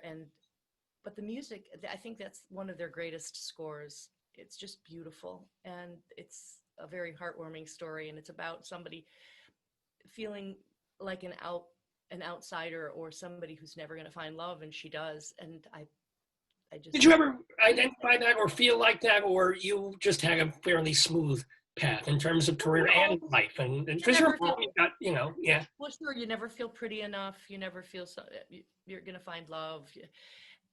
And you do, and somebody thinks you're pretty. But yeah, I think we all go through that self-doubt, but wonderful things can happen when you meet the right person. And how did you meet your right person? How did in my real life or yes. Many, many years ago, I did a show at Equity Library Theater, which was on the Upper West Side in the Masters Theater on 103rd and Riverside, and George Wachacha, who was the producer, used to, they would do 3 shows a year. They did not pay the actors, but you got your lunch, and I think you got, I don't know how they worked it out, but you were probably a subway token or two, something like that. Yeah. Yes, and they would do revivals of musicals and plays, and I did a revival of the musical Seesaw. Speaking of Cy Coleman, and I met my husband. He played the Ken Howard role in that show, and I was just in the chorus, but the chorus had a lot to do, and we just hooked up, and we've been together ever since. Mit Mazel, how many years? Come on, how many years? How are we talking here? 36. Mit Mazel, mit Klick. That's double high in my people speak. And you have kids? Yes, I have stepkids. Yes. Oh, okay. So are any of them? Did you encourage or discourage? Do they have any artistic leanings at all? Or by the time you knew them, they were well, what? Yes and no. They very much love the theater, but no, they're not performers themselves. They leave that for for mama and for papa. So let me ask you. I said you don't have to name names, but what was your hell experience? Like, what's the worst experience you ever had? I saw your eyes go like in a terrible, evil way there. Oh, I love it. Share. People ask me questions like, who would you never want to work with again? Well, it's a short list, but there is a list. It doesn't mean you'd never work with them again. It's like you wouldn't want to work with them again, but just because of people that suck all the air out of the room or don't do the work that they need to do to help everybody else in the cast, but are only thinking of themselves.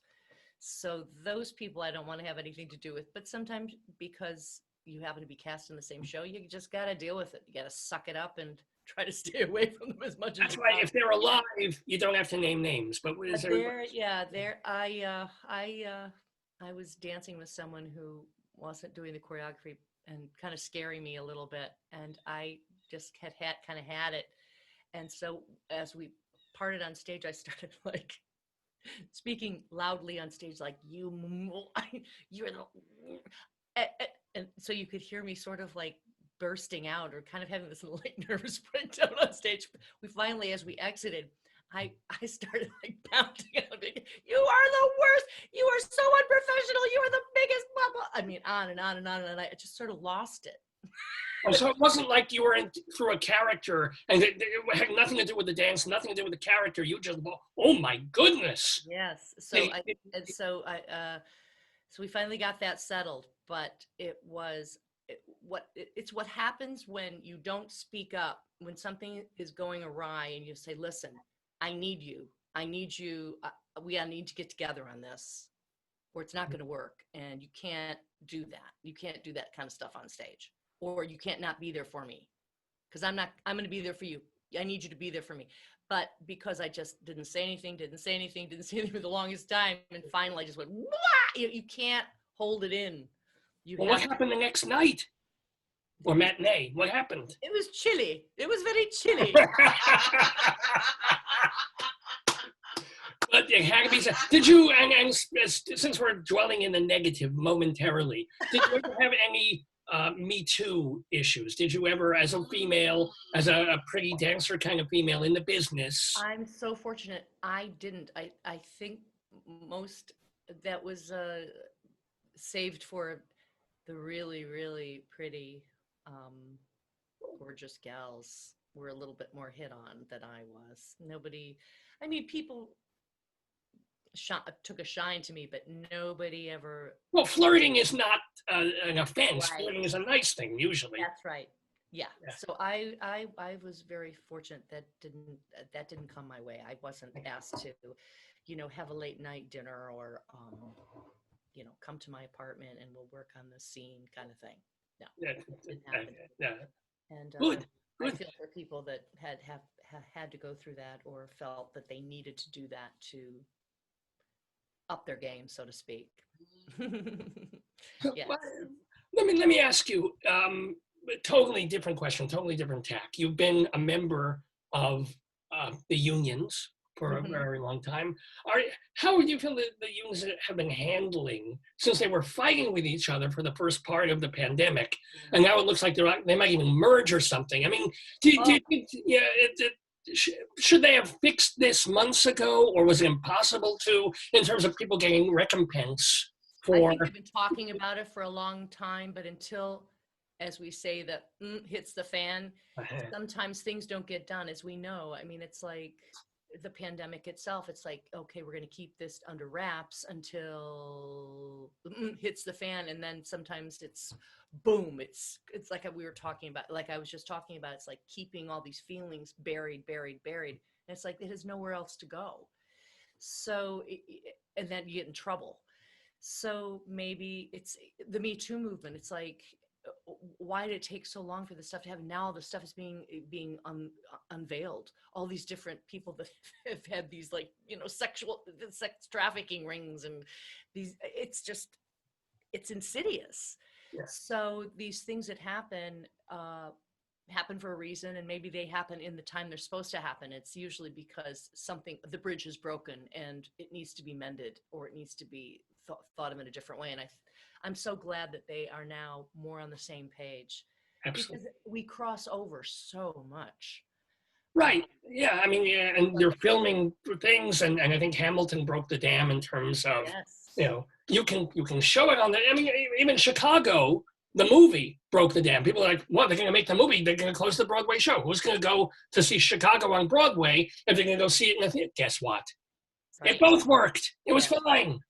So I think there's a future in that. Now, speaking of the future, I want to invite you, and I hope you will stay to play our trivia game. You don't have to, but we would love to have you play the trivia game opposite two theater critics. And it's all kinds of trivia, not just theater trivia. It's all sorts of trivia. If you want to stick around, because I have to go, and my producer friend Dave, he wants to get back and start doing the program. But can I invite you to stick around for a little while to play the game? Sure. Okay. Great. This is probably quite a lot of difficult questions. I'll be like, Like that. It's Right? right, but Dave he's insulting, but not terribly. You get used to him. No, I'm kidding. Don't be afraid. The last question though, for the life of the wonderful Karen Ziemba that you can watch in 2x2 for a benefit for the Actors Fund. Go to their website. It's happening Christmas. I don't even like saying that word, but Christmas, December 25th in the evening, 8 o'clock Eastern time. Go look for it. But Karen Ziemba, let me ask you one more. Is there a role out there, musical or otherwise, that you want to get a chance to play someday? You know, it's always the new role, of course, but I still would like to do a production of Follies before. I was supposed to do a production in San Francisco this past year, and of course it was scrapped because for obvious reasons. And it's one of those shows, as problematic as it may be, there's something about playing those characters and singing that music that just is a turn on to me. I look forward to that. Oh, I would love to see. Which character would you want to do? I was supposed to play Sally Plummer. Wow, yeah. Oh. I hope that comes. Yeah. May that come true. May many more things come true for you. May you stay healthy. May you stay incredibly busy. And just give us so much more of the wonderful work you do, Karen Ziemba. Nobody go away. Karen, don't go away. All right, don't go away. Nobody is coming. We're going to play it. In fact, you're going to hear yourself. Can I get some more Java? Well, go get a little coffee because we're going to play some of you. Oh. She's going to be in 2x2. Let's hear her in 2 of Me.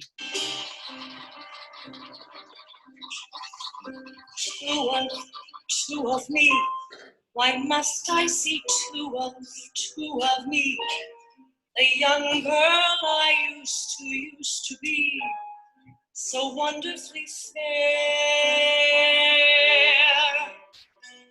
2 of me, the young girl I used to be. The old woman staring back at me that I cannot bear. Why answer questions? Why stir up the mind? Why talk of torments that I left behind? Why wander down hallways cornered by pain? Why bring up sorrows that I can't explain? Rage is a razor that cuts through stone. Why in God's name can't you leave me alone? 2 of me. Why must she keep haunting me? The young girl I used to be, that I was before. 2 of me, the woman I used to be, the young wife he used to see, that he did adore. Once I had a lover who loved only me. I once had a lover whose love set me free. I once had a lover. Good morning. Love kept me young. Hello, I'm just hello. Getting on my bicycle. I just broke my light, knocked it on the floor. Okay, we're gonna pop down the music. Yeah. Well, That's Karen Ziemba. Hi. Yes, that is Karen Ziemba. Is that Karen Ziemba? Hello. Yes. Hello. My Hi, God. how are I'm you? Leslie Hoban Blake. How Leslie? lovely to meet you. I'm so sorry. I screwed everything up completely. Oh, that never happens with you, Leslie. No, but welcome to you, Leslie. Thank you. You look great. You look a lot of people with really nice hairstyles today. Very, very nice. Leslie Hoban Blake. Now, what do? you're an archivist. Is it for the Archicritic Circle? What's your official? No, I'm the historian of the drama desk, but close. If you kind of mush that together, it comes out the same. Official historian, sorry. Karen, I'm so embarrassed. I do apologize. I just, About what? about interrupting. I was mopping up coffee on the floor and I spilled my coffee. I broke my light. I did the Good same morning. thing when I came on today. He was playing a song and I started talking. He said, Yeah, but that was your song. I had no, I'm so sorry. And I didn't even know where it was coming from because I was down on the floor. I couldn't see what was happening. Well, anyway, welcome. And by the way, the other person in the room is our beloved David Sheward. Speaking of the drama desk. Hi. So you know Karen. You must have known. We've met, yes. Yeah. And see what's in the background? How "Oh my clever goodness, of him. Yes. How clever of you to do that. That's great. You all look great. You all What look did I great. just see your name attached to, Karen? You're doing something this weekend, aren't you? Leslie doesn't get a chance to watch the show. 2x2 on Christmas Day, 2x2. Yes, we're doing a virtual reading of the musical. That's the old Danny Kaye. That's the old Danny Yes, Kaye musical. 1970. We saw that. We loved Really? that. Yeah. Well, he was not a nice man, though. He was very difficult to That's what I hear. be around. Yes. I mean, I only had one experience, but it was enough. Oh, well, do you have a quick, can you tell? It was long before I was a critic. No, I was just a fan. Right, And we no, were but you have a bad standing story about outside Danny the- Kaye? Yeah, of course I was a fan of Oh, Danny Kaye. I tell, was tell, not a tell. fan of Danny No, Kaye. no, I mean, you have a bad story about Danny Kaye. oh yeah, but it's not like we did an interview and he was terrible to me or anything. I wasn't writing in those days, but I was a fan and I was standing outside the theater with my little playbill and my my crayon in my hand or whatever. Yeah. And not only did he not sign, he basically said, "Out of the way, peasants," literally. I mean, he had a car waiting and it was like, "Would you get out of my way, please? Would you just get out of my way?" And it was like so unlike anything I had ever seen. David, back up a little bit. You're kind of like on top of yourself there. But I'm flexible that way. I was horrified because it was the first time I'd ever had any, Well, you didn't Karen, expect how were you that. on doing that? Like having to be after a show and stand outside and sign autographs in all kinds of weather. Were you always happy to do it, or were there times where like? No, I had just about 2 or 3 years, and then unfortunately, when my son was Karen. little, Karen, I'm so Remember we have sorry. Karen Ziemba with us? Yeah. It's all about me, Karen. I'm so sorry. Well, you're trying to finish your story about what it feels like when you do something like that, when you wait. And it's not always easy, as you said, like the postal service, in rain or snow or sleet or hail, you sign those souvenir programs. But nowadays, or pre-COVID, the theaters really got it together where they would have the fences up where people would like go down the line and sign. So if you were in the front there and you waited, you got the chance to have your program signed. And most cast members are pretty good about doing stuff like that. But there's usually some kind of a security guard at the door that can keep things at bay, when people get a little bit too handsy or want to like jump on top of somebody. When you're talking about big celebrities and stars that are now in shows, it can get dicey because people feel that they own the person. I think it scares them a little bit. But in my case, I was lucky nobody ever tried to do anything too demonstrative. Yeah. So I was always glad to sign. And I know that we had a security guard during curtains because of David Hyde Pierce. And he was always so lovely to everybody. He's such a wonderful, he's like, I call him an alien because he's like a Buddha. He's just the most generous, kind, gifted human, one of anyway, I can't say enough great things about him. But he really set the tone, and everybody signed. If he could do it, we could do it, right? Well, or we all try anyway. And by the way, Karen, I just want to tell you that this is sort of controlled chaos. It's a quiz, but you've got like four I different think she may have realized that by now. She knows already. But it's a fun kind of thing, just in fun. There's no prizes. There's no budget, as you can see. Karen, you're going to play with us? Oh. He asked me to stay, and I thought, this would be interesting. It should be interesting. You guys are so much more you know, you're historians. You're so much more learned and know so much more trivia than I do. But I could, Yeah. you know. That's what she thinks. No, they're very smart. They're very smart. Yeah, Dave. David is Yeah, pointing It's over great his for head. him to be heard. Yeah. I'm just pointing because Karen's autograph is on this poster. Oh, speaking of autographs. From when we did a drama desk panel for Steel Pier. And it was Karen and Deborah Monk and was it John was there also? Daniel McDonald was there. Oh, yes.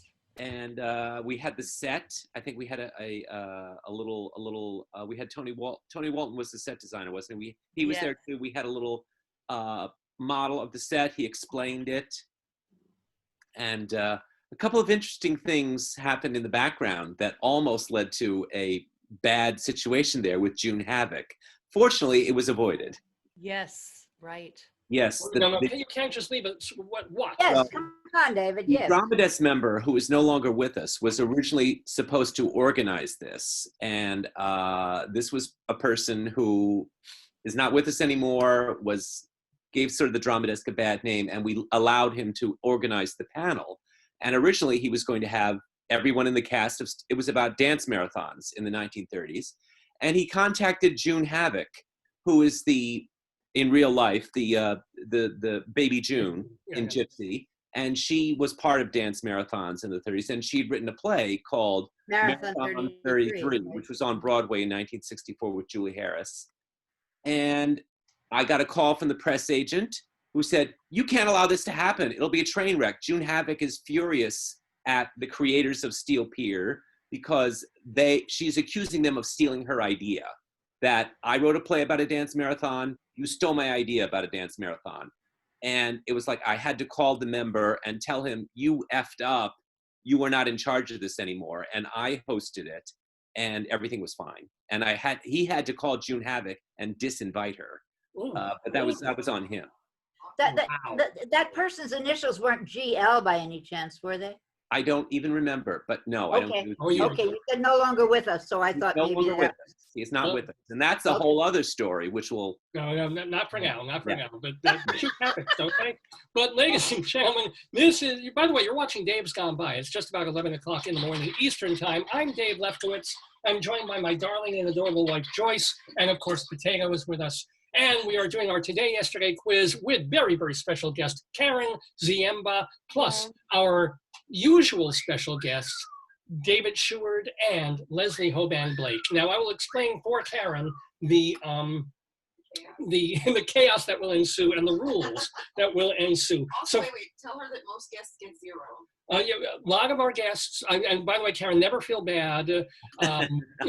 People who do this for the first time. They're assuming you're not going to know anything, Karen. That's very bad, you know.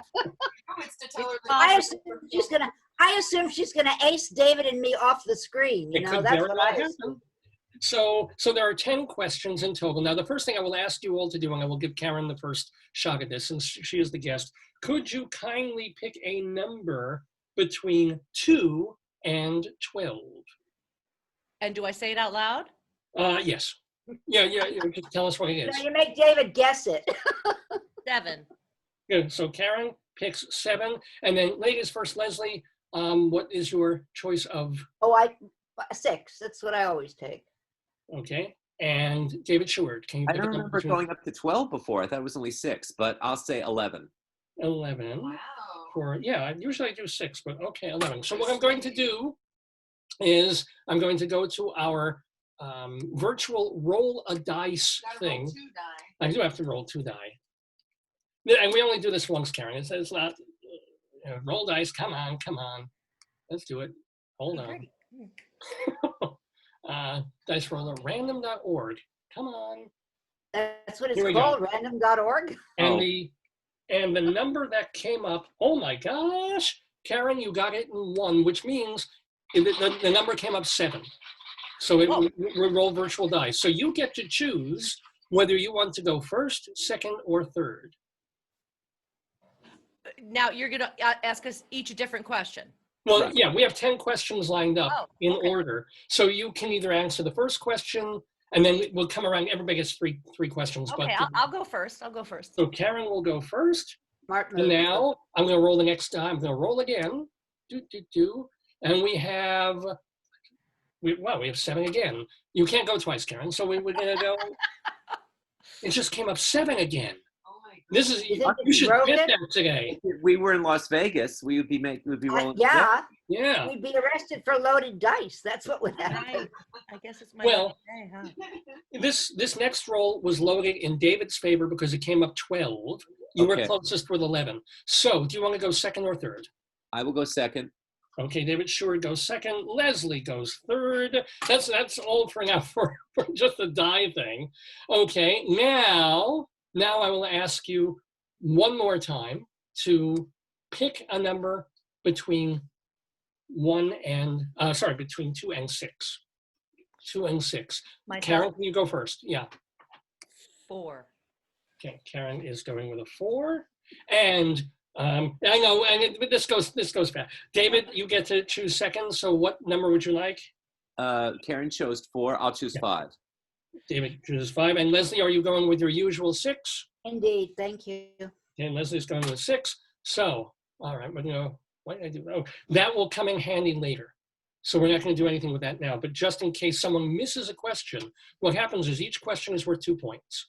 If you get it right, you get 2 points. If you get it wrong, no loss. But one of the other 2 people gets to steal the question for their 2 points. And depending on the roll of the die, that's who says who gets the next question, okay? So we can actually begin. No, have you explained to Karen what the concept behind the questions is? Oh, thank you, Leslie. You're welcome. Just so you know, it's called Today, Yesterday. Since today is December 19th, every one of these questions is based on something that happened in history on December 19th. Huh. It could be December 19th, 1800, 1900, 1500, et cetera, and so forth. Okay. But they're trivia questions. Some of them are multiple choice. Some of them are not. Are you guys? David, stop copying me. What? I said, stop copying me. What do we mean? Going Yeah. up and down and sideways Oh, on the I was screen. just, I had my battery, I want to make sure my battery is charged. So I'm just plugging it in. I'm getting closer, Okay. getting closer to the outlet. That's all. Oh, good. Well, we all need an outlet here and there. So the first person who has chosen to go is Karen. So Karen, our first question is for you on our Today, Yesterday quiz. The year 1686. Oh God. Yes, you remember it well. Which was a big day for Robinson Crusoe as he leaves his tropical island to return to England. Now, Robinson Crusoe and Mole Flanders are the 2 most famous novels by Daniel Defoe. Which of these is not one of Defoe's lesser known works? And this is a multiple choice. Was it Major Henry, Colonel Jack, Captain Singleton, Roxana? I'll read the question again. So on this date, fictionally, Robinson Crusoe left his tropical island to return to England. So Robinson Crusoe and Mole Flanders, both written by Daniel Defoe or Defoe. Which of these is not a lesser known Daniel Defoe work? Was it A, Major Henry, B, Colonel Jack, C, Captain Singleton, or D, Roxana?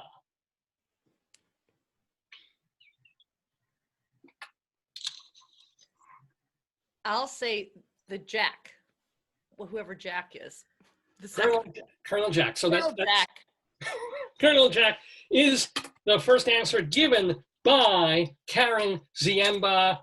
And I'm afraid we're never going to dance with that answer. That is not the correct answer to the question. So we now get a chance for either Leslie or David to steal. So I'm going to roll the die again. Here we go. Just have to pull that down. Well, I had 5.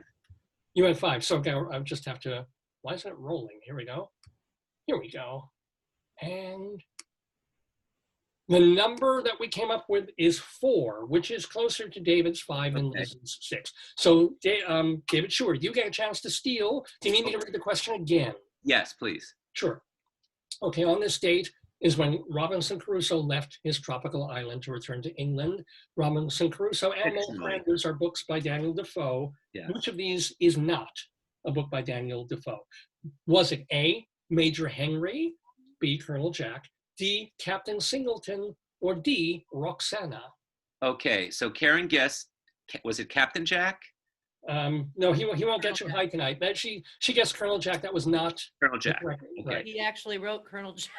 All right, so there is a minor novel called Colonel Jack. And I think there is one called Roxana. For some reason, I think so. But maybe somebody else wrote it, but I can't go there. All right, that'll drive me crazy. Okay, so I think that Roxana is a novel. I think it exists. So Colonel Jack, Roxana, and the other two were Well, Captain Singleton Captain Singleton and Major Henry. and Major Henry and Lieutenant Irving, right? Okay. Right, yeah, Lieutenant Maish. Yeah. Was that a song? What did Fanny Brice sing in that was in the movie, the stage version of Funny Girl, but not the movie? Private Schwartz. Bum, bum, bum, bum, bum, My bum. name is Private Schwartz. Okay, let's see. Okay, I'll say Singleton. You're going to say Captain Singleton. Is that your final answer, David Sheward? Captain Singleton. I'm afraid Singleton is doubly disappointing, so that is Okay. not the correct answer. Leslie Hoban Blake, you get to steal for 2 points. Do you know whether the answer, did Daniel Defoe write Major Henry or sorry, did he not write Major Henry or Roxana? Forgive me. Did he not write Major Henry or Roxana? That's a stupid question. Those both exist. It's just a question of whether he wrote them or you just. That's not part of the thing. That's what David was going down that rabbit hole. I know. Okay. Good question. Good position to be in. I mean, this doesn't really require anything from me except stealing. I don't really know the answer. And you have a 50-50 chance. I know. Thank you. Eeny, meeny, miny, mo. Here we go. I'm going to say he did not write Roxana. Final answer? Sure. Ooh, we're hitting some hard rocks today. That is not he. The one fake book was Major Henry. Oh, Okay. Colonel Okay. Jack, Captain Singleton, and Roxana, but Major Henry does not.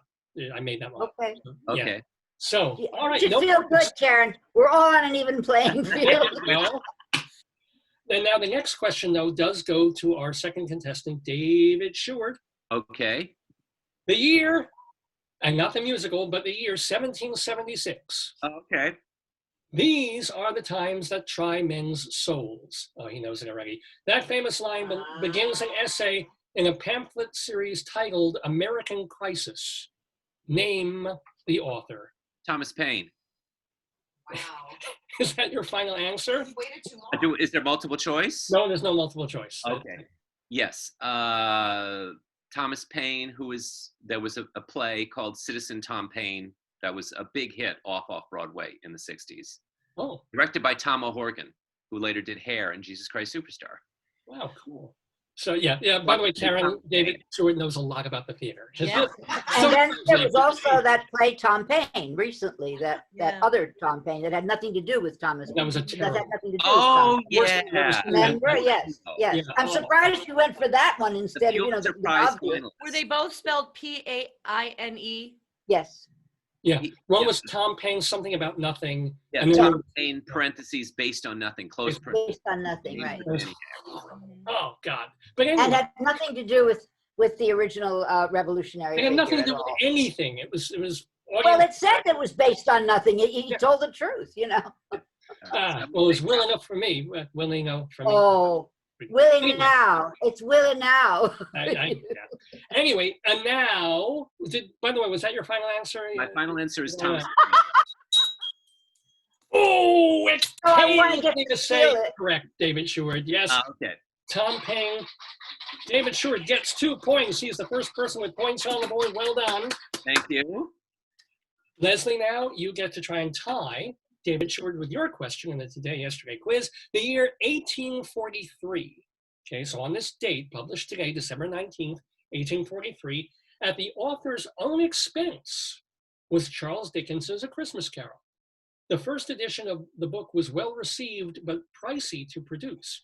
So Dickens didn't make the profit that he expected. To the nearest 1,000, so multiple choice, how many copies was the initial print run of A Christmas Carol? and the Is it choices a are- multiple choice, or you just want me to Yeah. give you an answer? Well, no, there's a multiple choice. Was it 1,000 copies, 5,000 copies, 10,000 copies, 20,000 copies? You want it to the nearest thousand. To the nearest thousand. I'll read the I question. believe, given my propensity for the number 6, I believe it was 6,000. So 5 would be the closest. Hmm. We Do- just did a whole thing on Christmas Carol on our show, so you know. Well, so are you going to just go with that answer? Do you I'm wanna- going to go with that answer. So your answer is the closest one would be 5,000. 5. Letter B. Yeah, I'm pretty sure. Get that big turkey in the window. Send the boy for it. You Oh, were, oh, not only were you right about it being closer to 5,000, it was literally 6,000 copies. So I said, no. Man, no, again, and by the way, please watch Jefferson May's Christmas Carol. Oh, is it It's great? an Is it? astonishing piece of work. It may not be the best Christmas Carol you've ever seen, but it's an astonishing piece of work. Ah. Have you seen it yet, David? Not yet, no. And I Okay. haven't either. I really like the carol that they did last year on Broadway. I with- love that. That was actually my favorite show of last year. With When I him. went over everything to pick a best, it was a truly theatrical piece of work. No projections, Yep. just anything that you could do on a stage and anything that you might have been able to do at the time of the show. It was amazing. I I had was sausages in the baskets. I was very excited about that because yes, I was right yes. near Well, the, they like, were the the stage. Yeah. the papier-mâché sausages. But And did you see anyway. the show, Karen? It was Campbell Scott. No, I was- didn't. Yeah, very- it was, very good. It was- and it was the show that was just done in London. Mm. when they opened the stage for 3 seconds and then they closed it again, and the guy playing Ebenezer gave this impassioned speech from the stage 2 nights ago or 3 nights ago when this happened, saying, you know, stop doing this to us, stop jerking us around, or whatever the English equivalent of jerking us around is. You know, let us do what we do, or not, but don't, you know, open us and close us and open us and close us. Got So it. Yeah. I believe that the term is jerking us about is how the English jerking us about.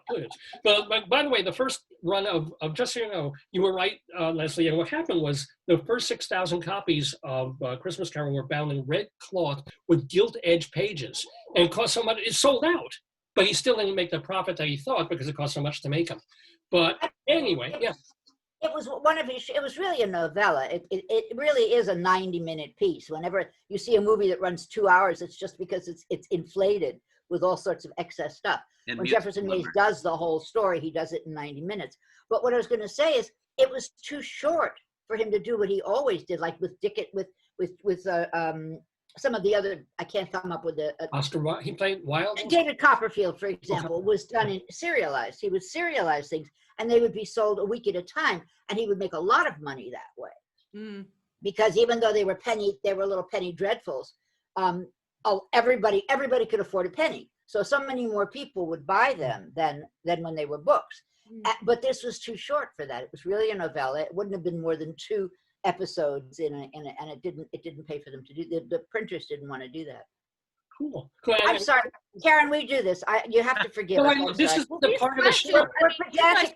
You guys know so much, but these questions are very, I mean, these are erudite questions. This is I tell him he does wonderful you questions. know, Roxy Hart and it's not like that. Right. This next question, which will go to Karen, is not quite so erudite. Maybe Okay. maybe not. As I said, a lot of people who just join have never played the game before. They're like, ooh, and they get 0 points or 2 points. It happens. It's just in fun. So Karen, this one is for you. Okay. We go to 1918. Speaking of epidemical years, 1918, a cartoon about sports titled Champs and Chumps debuted in the New York Globe newspaper. Within a year, its title was changed by the author because his research started moving well beyond the world of sports. What was the name of the new column? And by the way, I'll give you a hint. Although the creator died in 1949, the syndicated feature continues to this day. Okay, I'll read it again. Champs and Chumps. Founded in 1918, it was a cartoon about sports called Champs and Chumps that debuted in the New York Globe. Within a year, the author changed the title to what we know it as now because his research started moving well beyond the world of sports. what was this new name of the column that has continued on well past the author's passing in 1949? So this is a cartoon. Yes, started as and stayed and still is in one iteration a cartoon. I'm just going to give a wild guess. I don't even know because I don't read comics, but I was going to say Gasoline Alley. I don't know. Is that your final answer? Yeah, I mean, yeah. Well, I hope you don't feel foolish, but it is not, I'm afraid, Gasoline Alley. So we get a chance to steal from one of our two other contestants. We're going to roll that die. And the die comes up the number 3, which puts it just a little bit closer to David. So David, you get a chance to steal the question about the cartoon Champs and Chumps. All right. I think that since you said that it started with sports, but then it moved on to something else, that the research moved on to something else. So that leads me to think it's Ripley's Believe It or Not, which I think is still around somewhere, some places. So I'm going to say Ripley's Believe It or Not. Is that your final answer, David Sheward? Yes. You better believe it. Well done, David. That was the thing, yeah. It was Robert Ripley's Believe It or Not. It started as a sports thing, and it was like, oh, can you believe he lifted 8,000 pounds? And then he had a first name. His name was Robert. I never knew he had a first name. Yeah. Ripley's Believe It or Not. Yeah. Yeah. Now, when Ripley published the very first cartoon of Charles M. Schultz before he got the whole Peanuts gig, it was about his dog Spike, who allegedly ate pins, tacks, screws, nails, and razor blades. So Schultz did this thing about, can you believe what my dog eats? And that was like the first time he got published as a cartoonist. Did the dog look like Snoopy? Well, I guess it looked more like Snoopy's cousin Spike, I guess. By the way, so we now have a 4-2 game. So David Sheward has 4 points. Leslie Hoban Blake has 2. Karen, we'll get to you. But we now, so far. One of our guests, Karen, bragged about the fact that he had a goose egg for the whole show, the whole thing. So, you know. Well, I think that was Vince Giordano, the band leader. Yes, it was. Yeah. Yes, it was. Leslie Hoban Blake, the year is 1942. Oh, wait a minute. Don't I get a question now because I stole? Wait. Oh, was that a steal? That was a steal. You're right. While he's doing that, I want to get my bear. I forgot to bring my bear over. You go ahead and talk. Okay. I have potato. Do you have your lucky? I have a Bullwinkle. You have your Bullwinkle. Well, your husband to know. But here we go. So, this next one actually goes to David Sheward, ladies and gentlemen. David, the year was 1942, December 19th. On this date, after more than 2 decades in Leavenworth, 2-time murderer and ornithologist Robert Stroud was transferred to Alcatraz, where he spent the next 17 years. You have 30 seconds in which, for half a point each, can you name 4 movies with a type of bird in the title? Oh, okay. What's the word bird?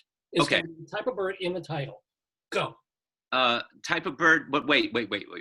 Can I, the word bird or a type of bird? No, I said it cannot be the word bird. It has to be the kind of bird in the title. Go. Okay. The Maltese falcon, the penguins of Madagascar, the penguins of Madagascar 2.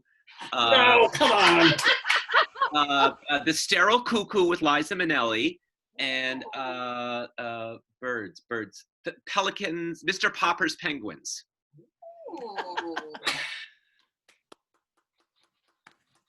Well done. I think you did that in roughly 20 seconds. That is really nice job. I should have made that. I got a couple more, but no. Please. Go ahead. Just to hear them. Just movies with birds in the title. Yeah. Where Eagles Dare, The Pelican Brief. The Falcon and the Snowman. Good. 3 Days of the Condor. Yeah, 3 Days of the Condor.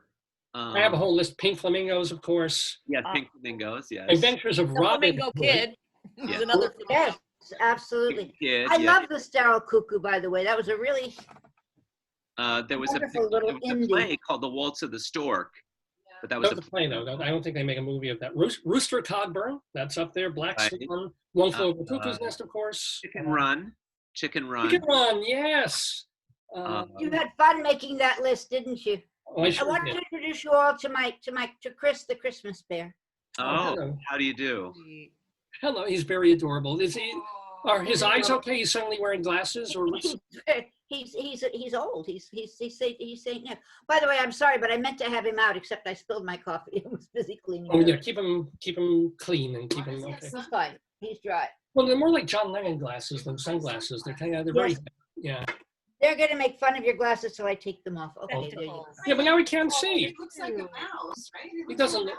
Okay, he does look a little mouse-like. It's- He's a bear, for God's sakes. He's Okay. a bear. He just has a hood on. We're They're using our making fun hive of mind you. here. That's okay.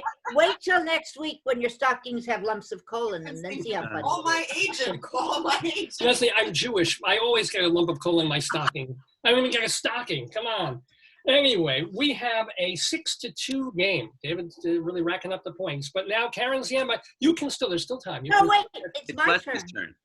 That was my turn. Now it's Leslie's. I just want to get the bear. I didn't drop out of the game.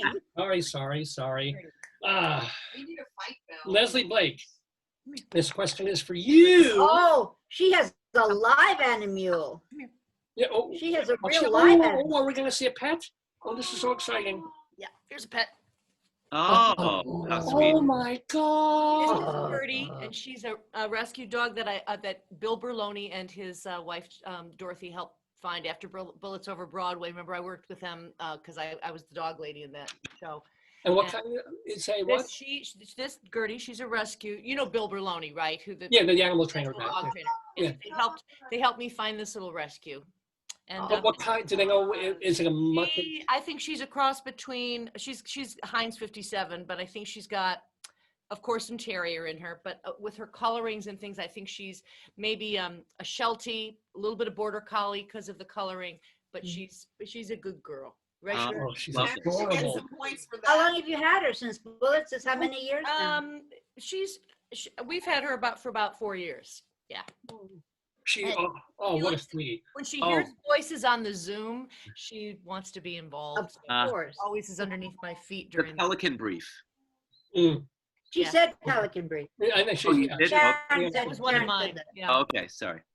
But All right, here you we go. mentioned It's- another one with pelican. There's another one with pelicans in it. You said too, David. Well, you said Pelican Brief 2 or something like that. That was, No, I said The Penguins of Madagascar, or Penguin. Penguin, yeah, sorry. Yeah, Penguin. yeah. which was on FX last night, as a matter of fact. Oh, I missed it somehow. I don't know how I managed. Benedict Cumberbatch did one of the voices, so he must need isn't one. there something with puffin also in the title? Puffins. Puffin Island. I think it's called Puffin Island. You Oh. know, it's Yeah. very funny that you would say that about Benedict Cumberbatch. I have to throw this in. I was looking for stuff on Christmas Carol for the show. And 2 nights ago, there were 2 of them opposite each other. The 1999 one with Patrick Stewart, where everybody was in it before he played all the characters himself. And then there was one with Guy Pearce, which I did not know existed, from 2 years ago. And in between the 2 of those, Benedict Cumberbatch did one. Hmm. So it's like, Oh, no, I think you're the only person who hasn't played Ebenezer Scrooge, Karen. Think about it. Think about it. It's something you might want to do at some point. Right. All right. Well, Great Leslie, story. thank you for that. Because one of the fun parts is not just the questions themselves, but the trivia and the fun that we have together. But We let's think it's fun, Karen. You may find it horrible, but we think it's fun. Your question, Leslie. 1955 is the year. Recorded today at Sun Studios is perhaps the first rockabilly song, Blue Suede Shoes by Carl Perkins. In the song, the narrator mentions a lot of things his adversary can do, just don't step on his titular blue suede shoes. Which of these is not an allowable transgression in the song? This is a multiple choice. A, burn my house. B, steal my car. C, break my neck. D, step in my face. So one of these is not an allowable like you can do one of these, but don't step on the blue suede. So which of these is not an allowable transgression in the Just song? repeat them one more Again, time, please. Sure. Just say them one more time. In Blue Suede Shoes by Carl Perkins was the thing that's not in there. A, burn my house, B, steal my car, C, break my neck, D, step in my face. What an image. I Yeah. believe, I know Steal My Car was in the song. I know that one for sure. I'm trying to run them through in my head, but they're just a mush. So I have to pick among the other three. It's Break My Neck, Burn My House, or Step on My Face. I think Step on My Face is also in the song. You want the one that's not. So I'm going to go between I'm doing what David does. I'm giving all the answers so that if I get it wrong, everybody else has those things to go by. So then it's Burn My House or Break My Neck.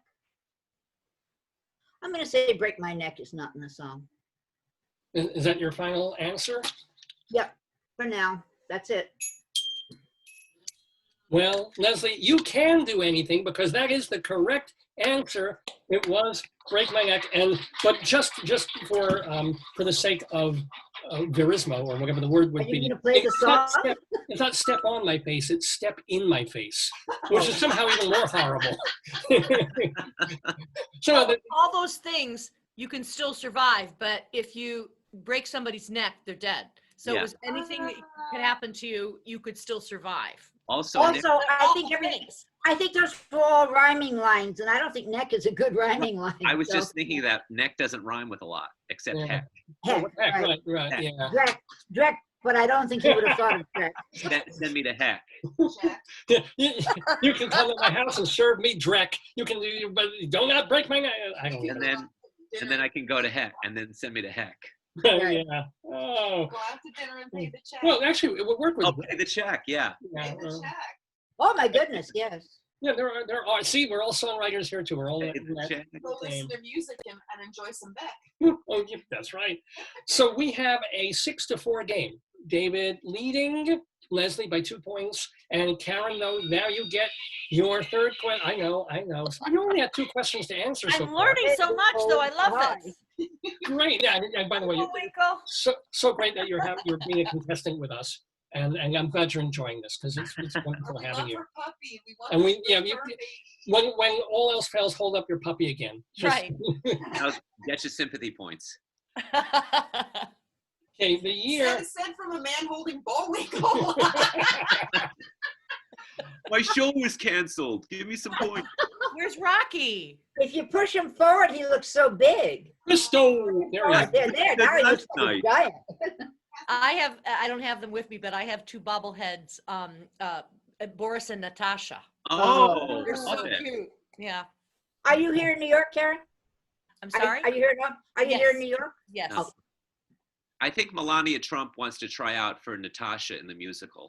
Oh.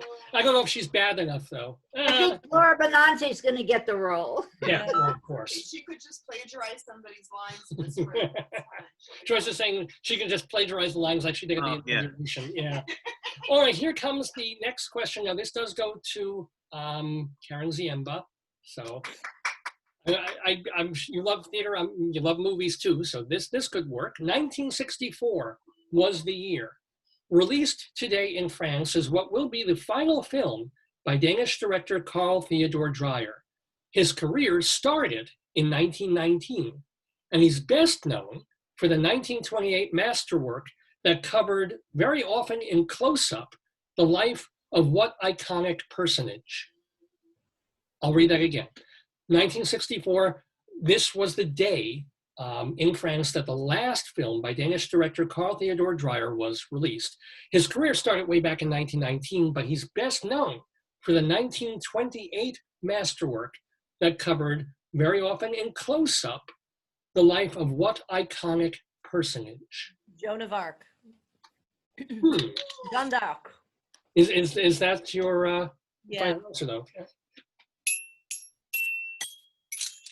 Well, you should be feeling very light, Karen, because yes, indeed, it was Yeah. Jeanne d'Arc. The film name was The Passion of I Joan need of Arc. my saber. The Passion of Jeanne d'Arc. Yes. That's Sorry. right. You know what's interesting? That's wonderful that you got that point. What's interesting is it was one of the last silent films, of course, 1928.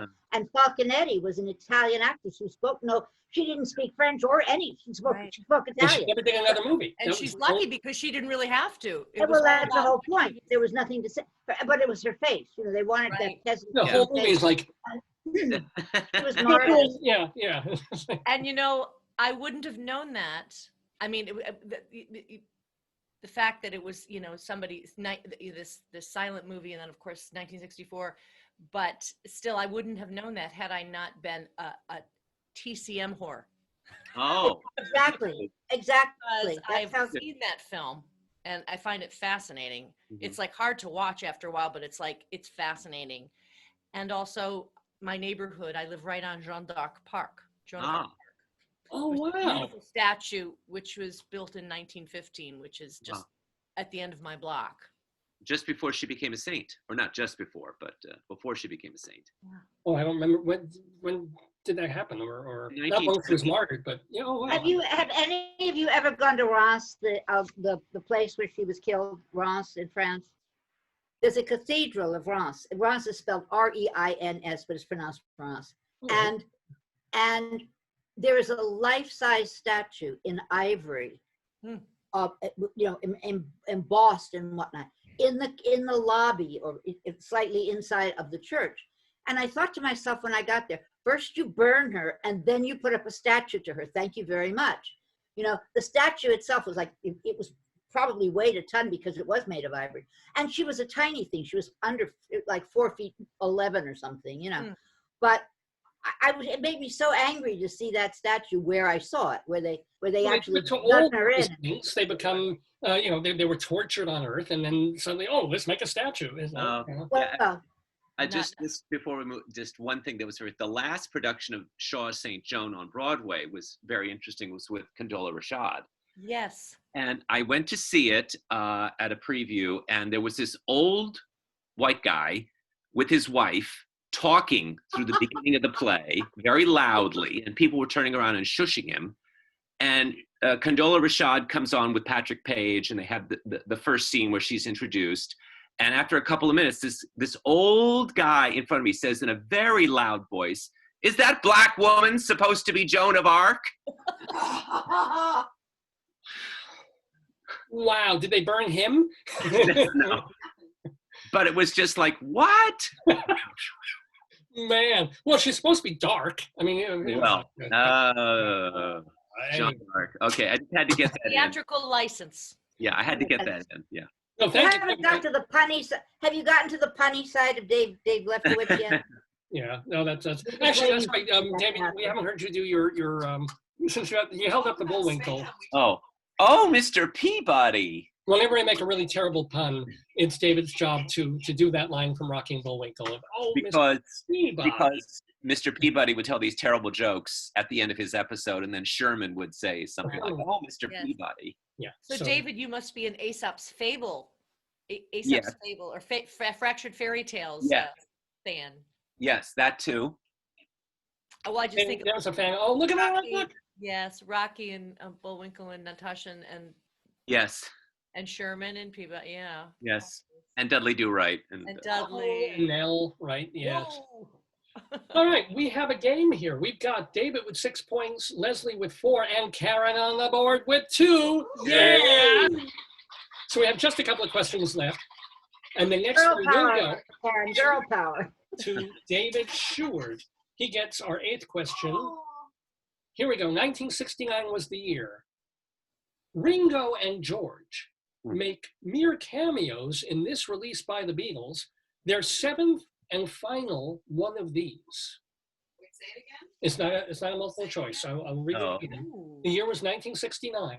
All right. Ringo and George make mere cameos in this release by the Beatles, their 7th and final one of these. Well, it sounds like movie, but I don't know if they made 7 altogether.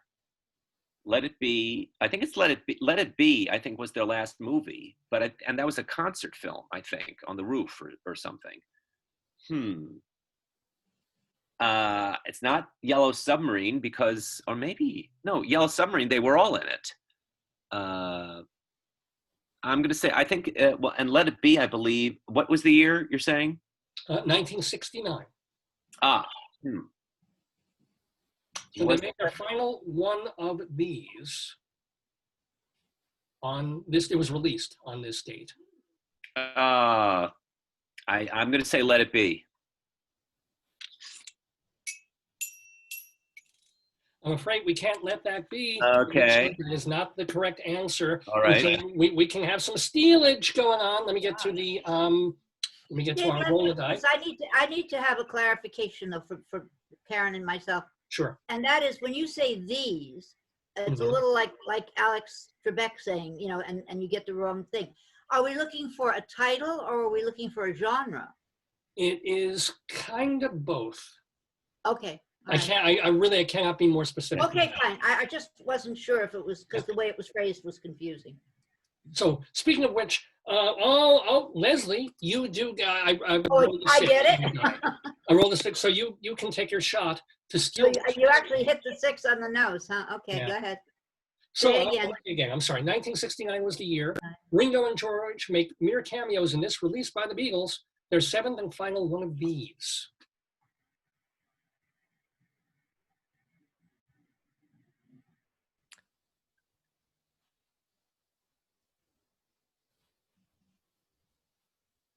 Suddenly quiet. Stumpers. No, I know because my mind is grinding and grinding, but I'm not getting any salt out of it. What an image. It's like the rabbi's prostate. It's I can see. Stumper. See, I would have said album rather than or number one hit rather than the name of what it is, and that's why I asked if it was a genre or a title. The question So is what they very I specific. know, I understand that. That's it's inherent in the, but and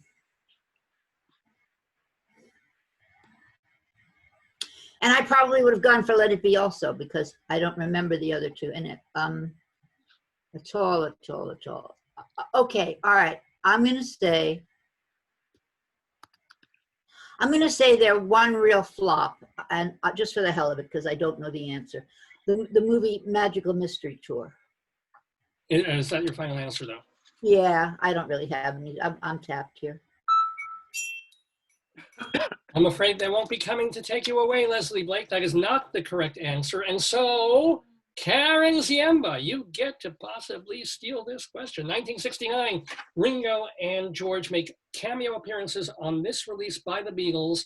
It is their 7th and final one of these. I mean, I would just say biopic. I mean, I have no idea what the name of it would be, though, because I don't. I mean, I know all the early ones like Hard Day's Night and that kind of stuff. I don't know the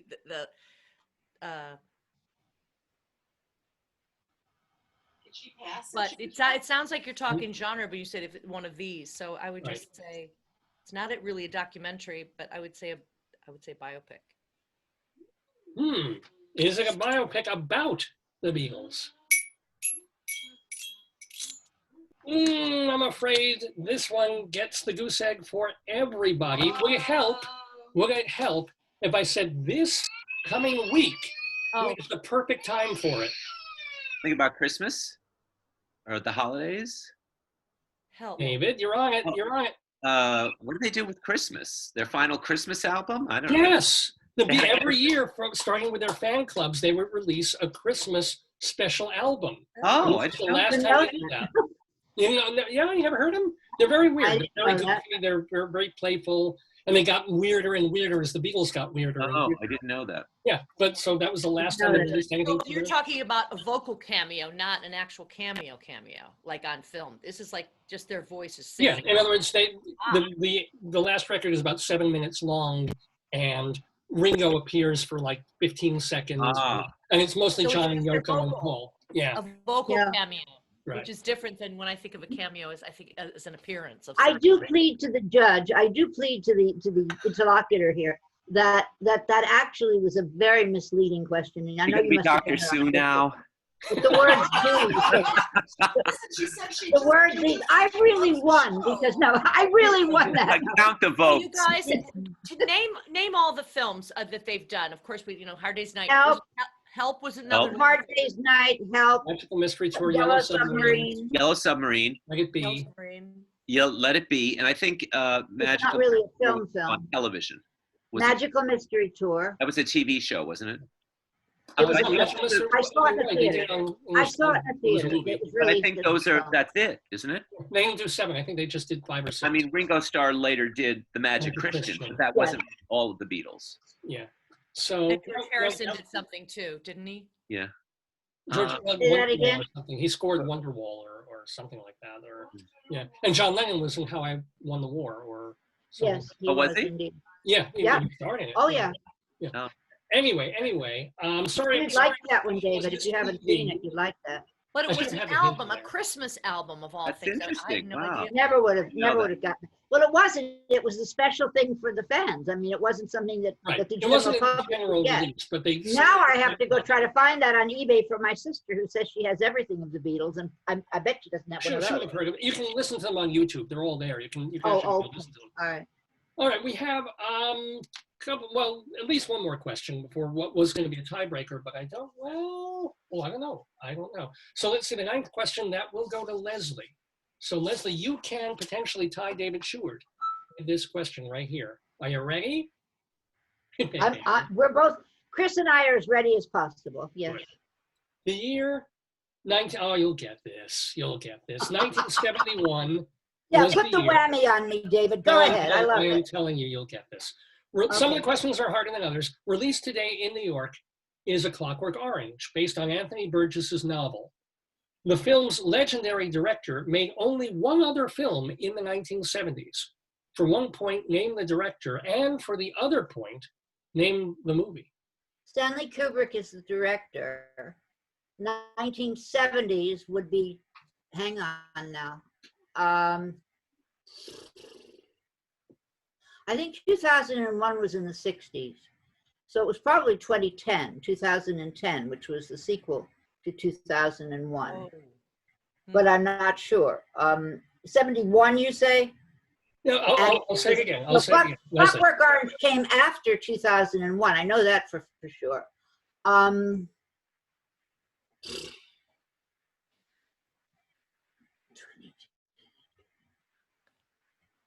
In the same decade of the 70s. Yeah, and I now that I said that out loud, I can't think of anything else. I'm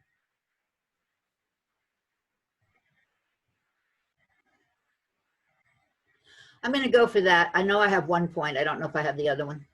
So what is your second answer? I said 2010. Oh, you're gonna 2010. go 2010. So, Leslie Hoban Blake,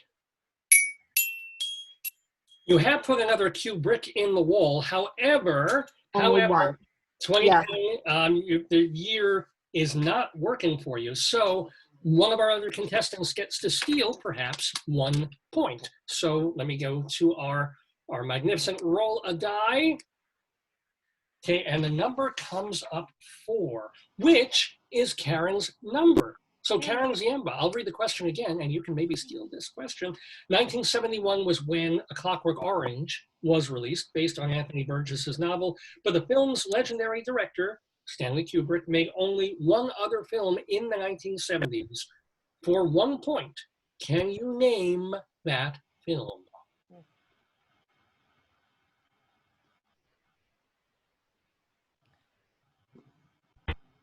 It's like funny. I know his final film,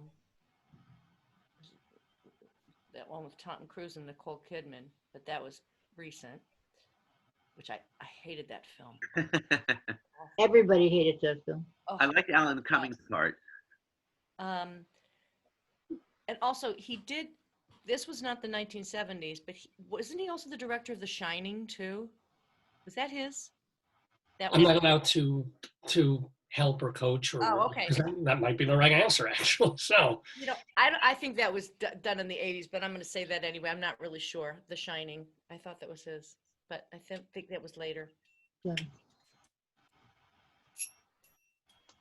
No. well, although we've all taken a shine to Karen Ziemba, I'm afraid that is not the correct answer. So David Sheward, for Yes. 1 point, Yes. Do you think that you can possibly steal Okay. this question? What movie, director Stanley Kubrick made only 2 movies in the 1970s. One of them was A Clockwork Orange, released today in 1971. The other was what? Barry Lyndon. Oh. Is that your final answer? Wow. Yes. Right. Oh, David, you get my Irish up. That is the correct answer. You know how much I love that film, and I didn't remember it. I love that And film. it was part of a recent Broadway show. Really? Barry Lyndon with what? Which? Linda Vista. Oh, Oh, yes. Yeah, they're watching it. It's after he's broken up with his girlfriend. yes. He's with the new girlfriend, or he's with Right, both of them at the same right. time. I love that play. That was a good I play. I like like it. that. Yeah. And they're watching Linda, and they're watching Barry Lyndon, and it's like, this is boring, but you know. Yeah, that's actually, I saw it a couple years ago. It's not that boring. It was a bit like watching paint dry. You really had to get into the feel of it. Otherwise, it was The just play, very Linda long, Vista, very or dark. Barry No, the Lyndon? movie, Barry Lyndon. Barry Lyndon. It was lit by candlelight. I just totally forgot it. Yeah. You know, when you go through Kubrick's thing, he had no genre. He was all over the place. He did all kinds of films. So Yeah. you Yeah. can't sort of plug And in. Very Kurt good. Douglas said he was a shit, but a talented shit. And you're talking about Kubrick or Kubrick. Oh, okay. When he made Spartacus, he said this guy's a real shit, but he's a talented shit. Yeah, I forgot that he made Spartacus. I Yes. totally forgot that he made He directed Spartacus. There you go. The 60s, right? Yeah, and So Paths he of made Glory was his Spartacus also. and Strange Love in the same decade. Yes, it was Spartacus, Dr. Isn't that, Spartacus. isn't that Dr. astounding that Yeah, you know it you was- can get that out of one director?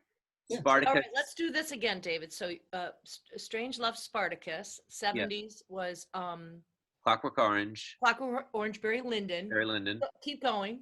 I think The Shining. The Shining, and then Full Metal Jacket. I knew he did a war picture. I couldn't remember. Yeah, I think Full Vietnam. Metal Jacket. I forget if it was before or after The Shining, and then Eyes Wide Shut. Eyes Wide Shut, which is the one you were talking about. And he was going to do something like what became AI that Spielberg did. Oh, Yeah. Yeah, actually, Spielberg took it over. He'd And done all the Spielberg- preliminary work. Which is a brilliant film. I really liked it. Can I take a left-hand turn when we were talking about Tracy Letts Play, Mhm. Linda Vista? What did you think of the play that just was in previews at the court? I saw one of the previews of his latest play, I never got to see Oh, it. The Minutes? The Minutes. What'd you think of that? I read the script, but I didn't Oh, see did you it. It didn't open.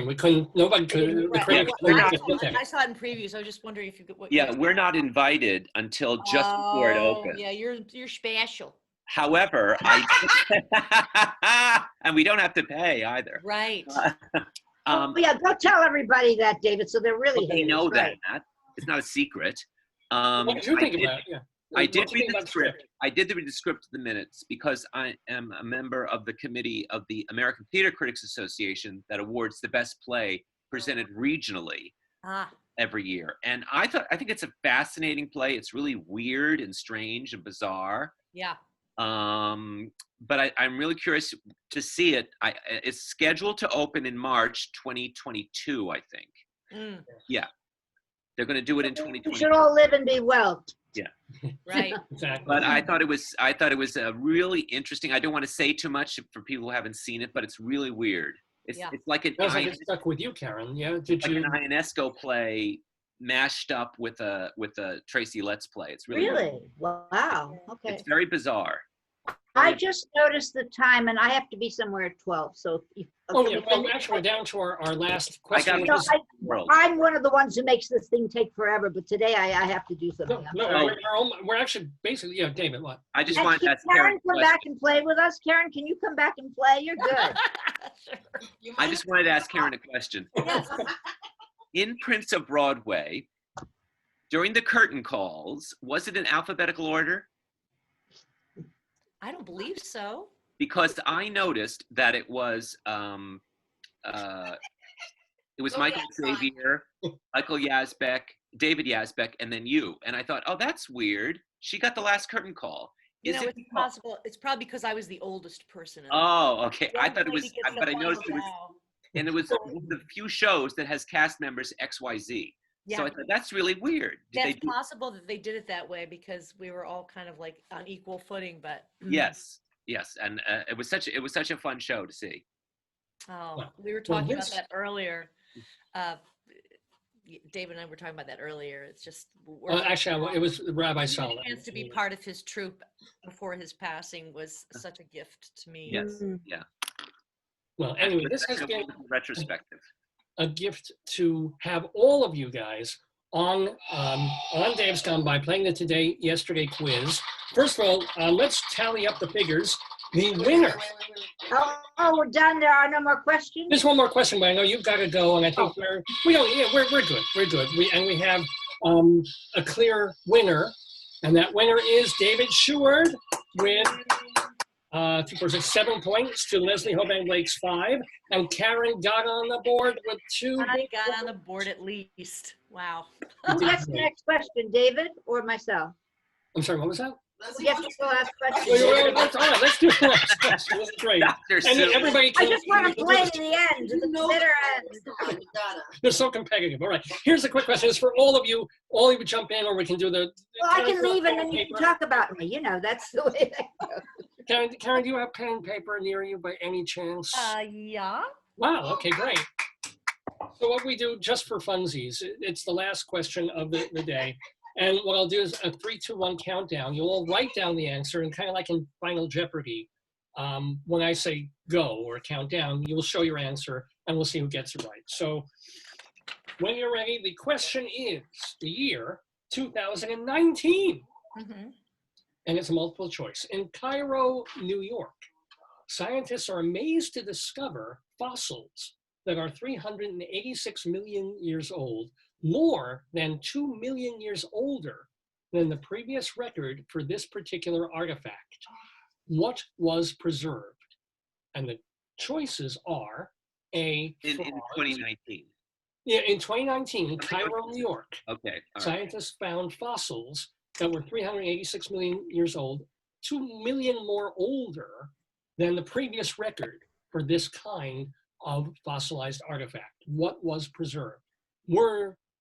Was it A, frogs, B, dung beetles, C, jellyfish, D, trees? That's a tough one. So you can write down the letter or the answer. Was it frogs, dung beetles, jellyfish, trees? You want us to hold up our answers? I'll give a 3, 2, 1 when you're all ready. Okay. We all have our answers up. Yes. So these points, I mean, they won't change the winner of the game. Let's see them. So I see Karen with dung beetles. I see David with trees. I see Leslie Hoban Blake with frogs. And the answer is, oh my goodness, this actually makes it a tie game. If we count the points, I didn't think of that. It's David with 7 and Leslie with 7, because David, you were right, with trees. Tie Oh. game. No, wait a Well minute. done, David. Coming David up with was that right that round. he gets, wait, if David was right, he gets 9. And it's not a tie game. I had frogs. He Right. already had 7. You just, Oh wait, I'm sorry. Tell Karen nobody can do math. I mean, Yeah. thank you for trying. I appreciate it, You but can it do didn't work out entertainment. that way. Yeah, right. Well, Yeah. Does that mean I don't get a new car? Joyce is No, saying that I'm means you were numerous. right. Yeah. Wait, the I'm sorry, answer David, was you're right. You trees, got right? You got the I right, wrote trees. right answer was You trees. got, you won, you aced it by a lot. It's a good thing this isn't let's make a deal or I wouldn't get my new car. Yeah, well, I would make sure you got your new. You would deserve. You all deserve the best 2 automobiles. questions. David, are we playing next week because it's the holiday? Here. First of all, David, here's your prize. Oh, We're re-gifting something I got from work. I work in a school district, and this is what they give us for gifts. It's like, hello, a little disconnect there. just So- put it up there. Next week, are we playing or not playing? That's We my are, only yes, question. we It'll are. be- More gifts coming at you. We are playing next Saturday on Dave's Gone Okay. By. Okay, Usual I will time, remember that. 10:45. It'll be the Today I day wasn't after sure. Christmas. Yeah. Joyce keeps handing me things. So thank you all for being Karen, so it was a pleasure. Thank you so much. Likewise. A Oh, joy I to feel have you. smart now. I know all these I'm new going to things. go and you guys can talk about me. That'll be fun. Okay. Leslie Leslie. Hoban Blake. Happy holidays. Yeah, Leslie, Thank you. let's remind everybody that you can see her and our mutual friend Charlie Gross doing their weekly podcast, or is it bi-weekly, the podcast? It's bi-weekly. I must recommend one more thing. Tomorrow, December 20th, Hershey Felder, his Tchaikovsky, our Tchaikovsky will be on. Oh. And we did a lovely interview with him, which will be up on Christmas.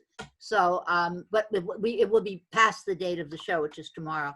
So if anybody out there is watching and is a Hershey Felder fan, he has a whole season coming up. You know, everybody pivots and does something else. So he's living in Italy. He's living in Florence, Firenze, in a little chalet on a hill, and he's doing 5 shows. Oh, great. And they're full shows done on a stage, the Pergola Theater, a 400-year-old theater, and they're being shot and they're being filmed, and it's a whole new thing. And streamed. So, and it's streamed, yeah. Streamed. And he's doing it half and half benefit of different theaters. Certain theaters, like the Berkshire Theater Fest and a couple of others, get half of the proceeds. Oh, nice. No, So, I just hope it's they really all bar him. Okay, Hershey. I'm sorry. Oh my God. Leslie Hoban Blake has to go. Au revoir. I am actually going to leave now. Again, Karen, it was lovely. How do I leave this Good to thing? see you guys. You Red hit, button I in can the bottom. remove you. I can. Oh, okay. Bye, Love Leslie. you Thank all. you so Bye-bye. much. Bye, Leslie. Bye. Bye. David Sheward, by the way, you can read him at thedaviddesk.com, culturalweekly.com, and theaterlife.com. Yes, got them all. Yeah. And now, since, David, you are surprisingly not Jewish, what are your plans for Christmas? Surprisingly not Jewish? I always assumed. I don't know. I just figured. Oh, not Jewish. I thought you said not Jewish. Well, yeah, you've never been noxious. No. I thought you said I was noxious. No. Well, not then. With things being what they are, my husband and I are just going to Zoom relatives, and we'll have our. We're going to Zoom relatives. We're going to, Step in their face. We're going to break their necks. Are you finished Right. grading? Are you done grading all your students? Are you free now? Park their cars. I have graded my students' papers. I'm going to work on. I just have a whole bunch of movies I'm a TCM fanatic, aholic like Karen, and I'm going to watch a bunch of TCM movies that I've been DVRing, and watching things like here's interesting. MeTV is going to start showing Saturday morning cartoons in January. Ooh. Like the old ones, like the ones from our childhood, Bugs Bunny, Tom and Jerry, Popeye the Sailor. Oh, the greatest. So that's something to look forward to. Cool. Well, I wish you certainly a very healthy and happy. You'll be with us next, I hope, on Christmas. Yes. Oh, and I'll be counting votes too. I'm sorry, what's that? I'll be counting votes in the Senate. I don't blame you. So, well, David, it's always fantastic to have you in the Daverhood and Thank you. doing the Today Yesterday quiz with us. And I also want to thank so much and invite you back, Karen, whenever you want to play the Today Yesterday trivia quiz. It's just been delightful to see you. I want to remind everybody that they can watch you in 2x2 speak on Christmas Day, December 25th, 8 p.m. Benefit for the Actors Fund. Who's directing? Who's Walter Willison, who's also playing Noah. Because Walter Willison playing Noah, directing, and he co-wrote the thing, didn't he? No. wearing a lot of hats. Yeah, well, yeah. So thank you for just being with us. And let's see your dog one more time, and then we'll let you go. Gotta see. Oh, she's adorable. Yeah. And the dog's cute too. Yeah. Anyway, she's playing hard. Oh, she's around. Okay. Anyway, Karen, thank you. Have a most wonderful, happy holiday. Thank you. So good to have you. Guys, so nice to spend Great. time with you. Great Bye. to see Bye, everybody. guys. Bye-bye. Thanks for being on Dave's Gone By.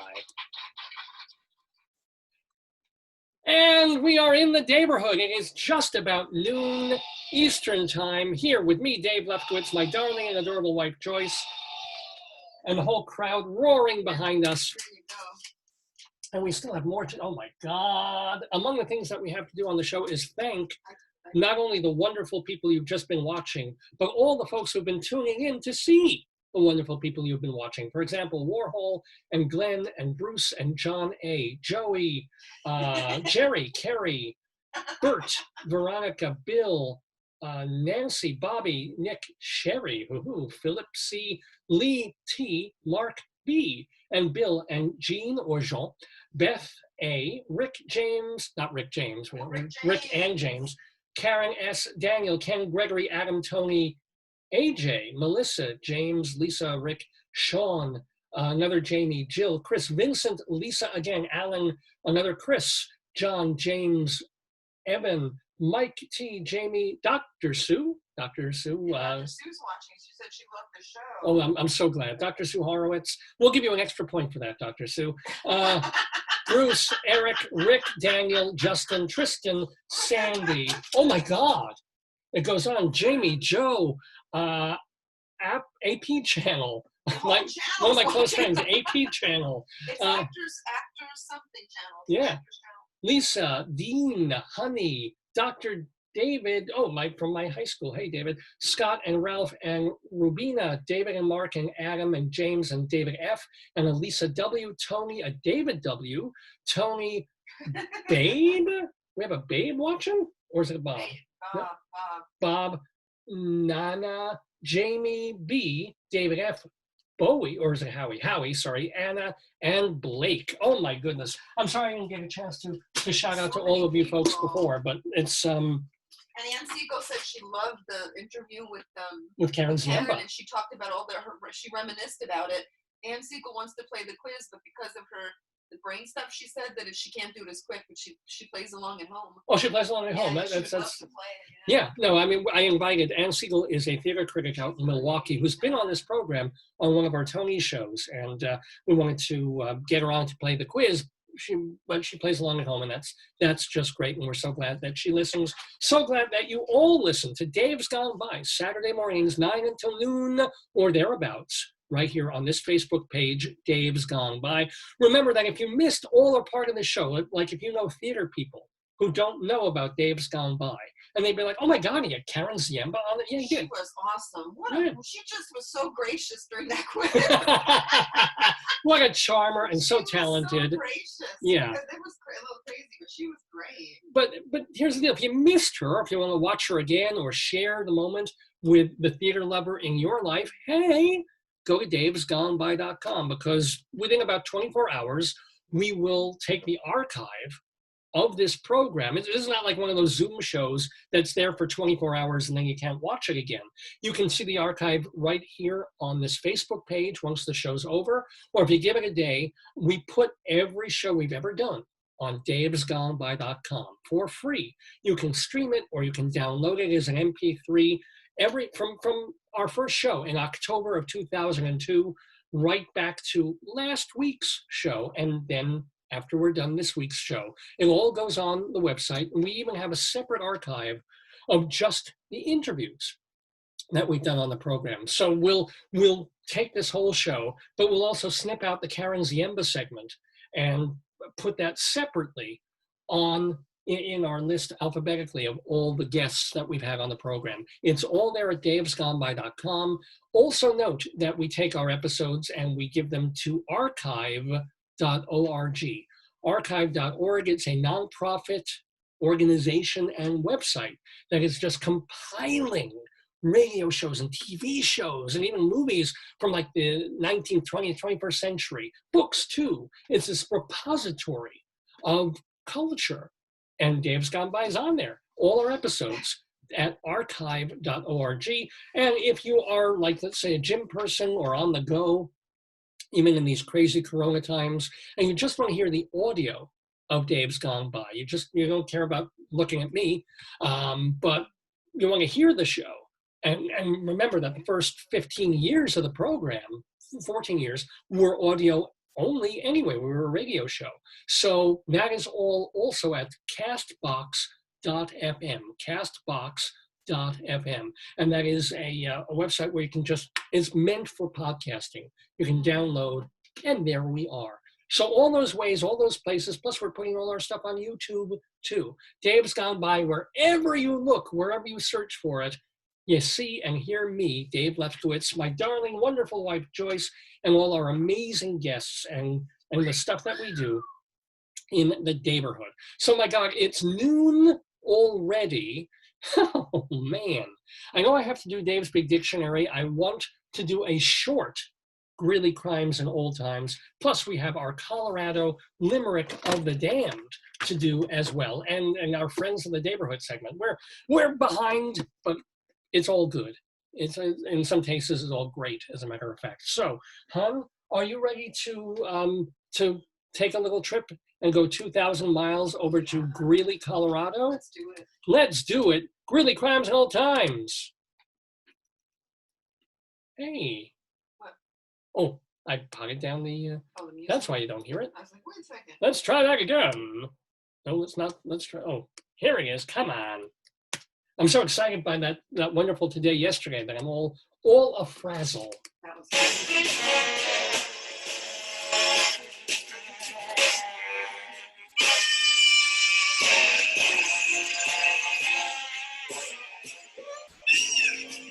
La la la la. La la la la la la. Greeley Crimes Old Times. So this is when Joyce and I lived in northern Colorado, in Greeley.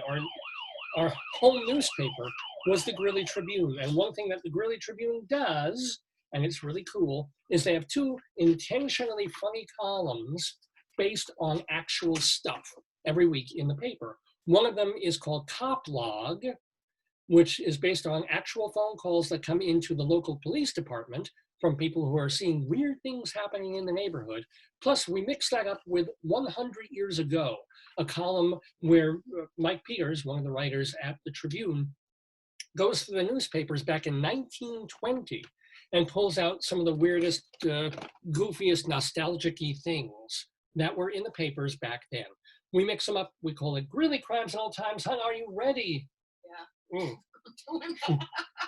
Ready as I'll ever be, right? Here we go. Oh, we begin not with a siren, but with an awe alert. Listen, we don't need, we need. Oh no. No.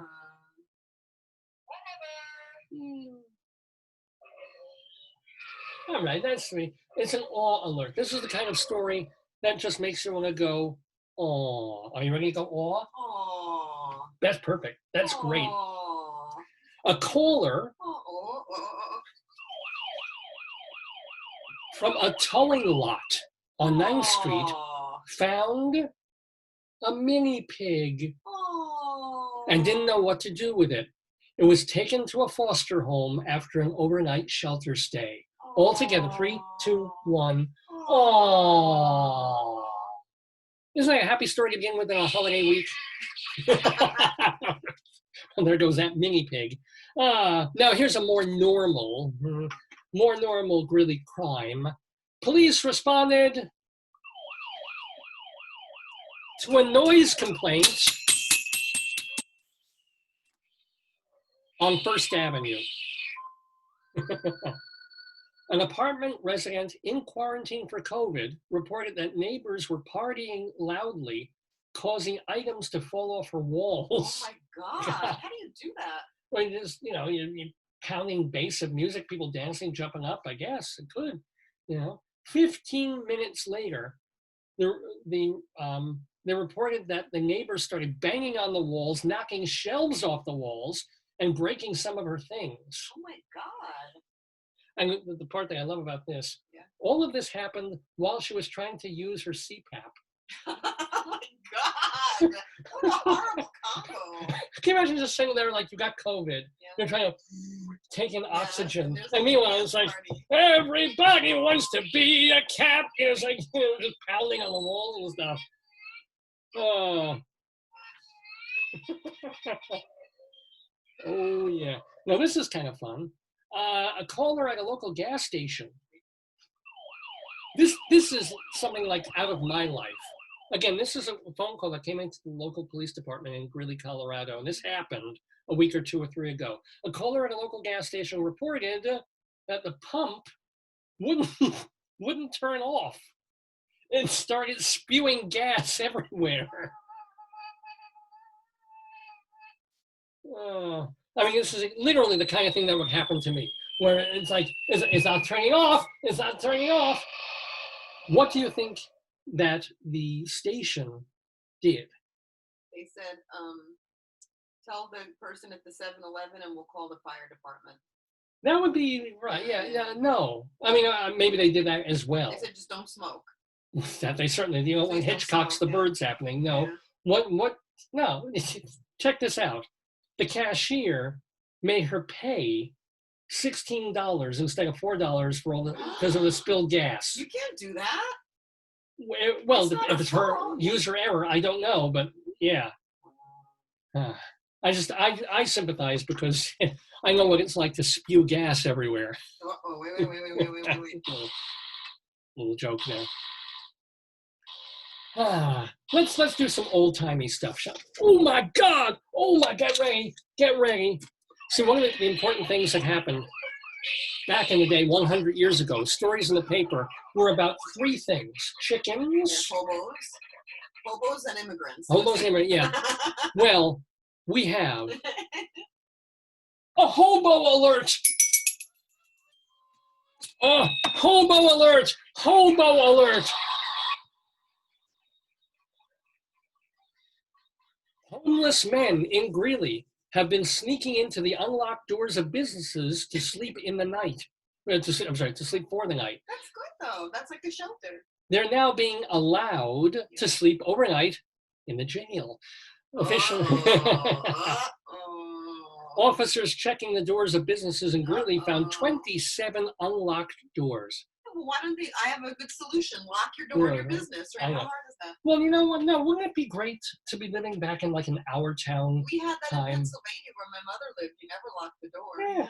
Well, I mean, don't you kind of miss that a business won't even because think?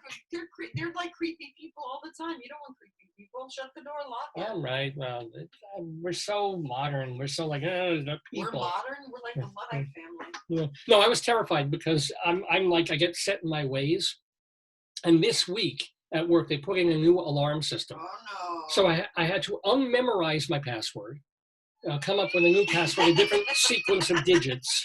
And it's like, remember, you got to press this and this and that.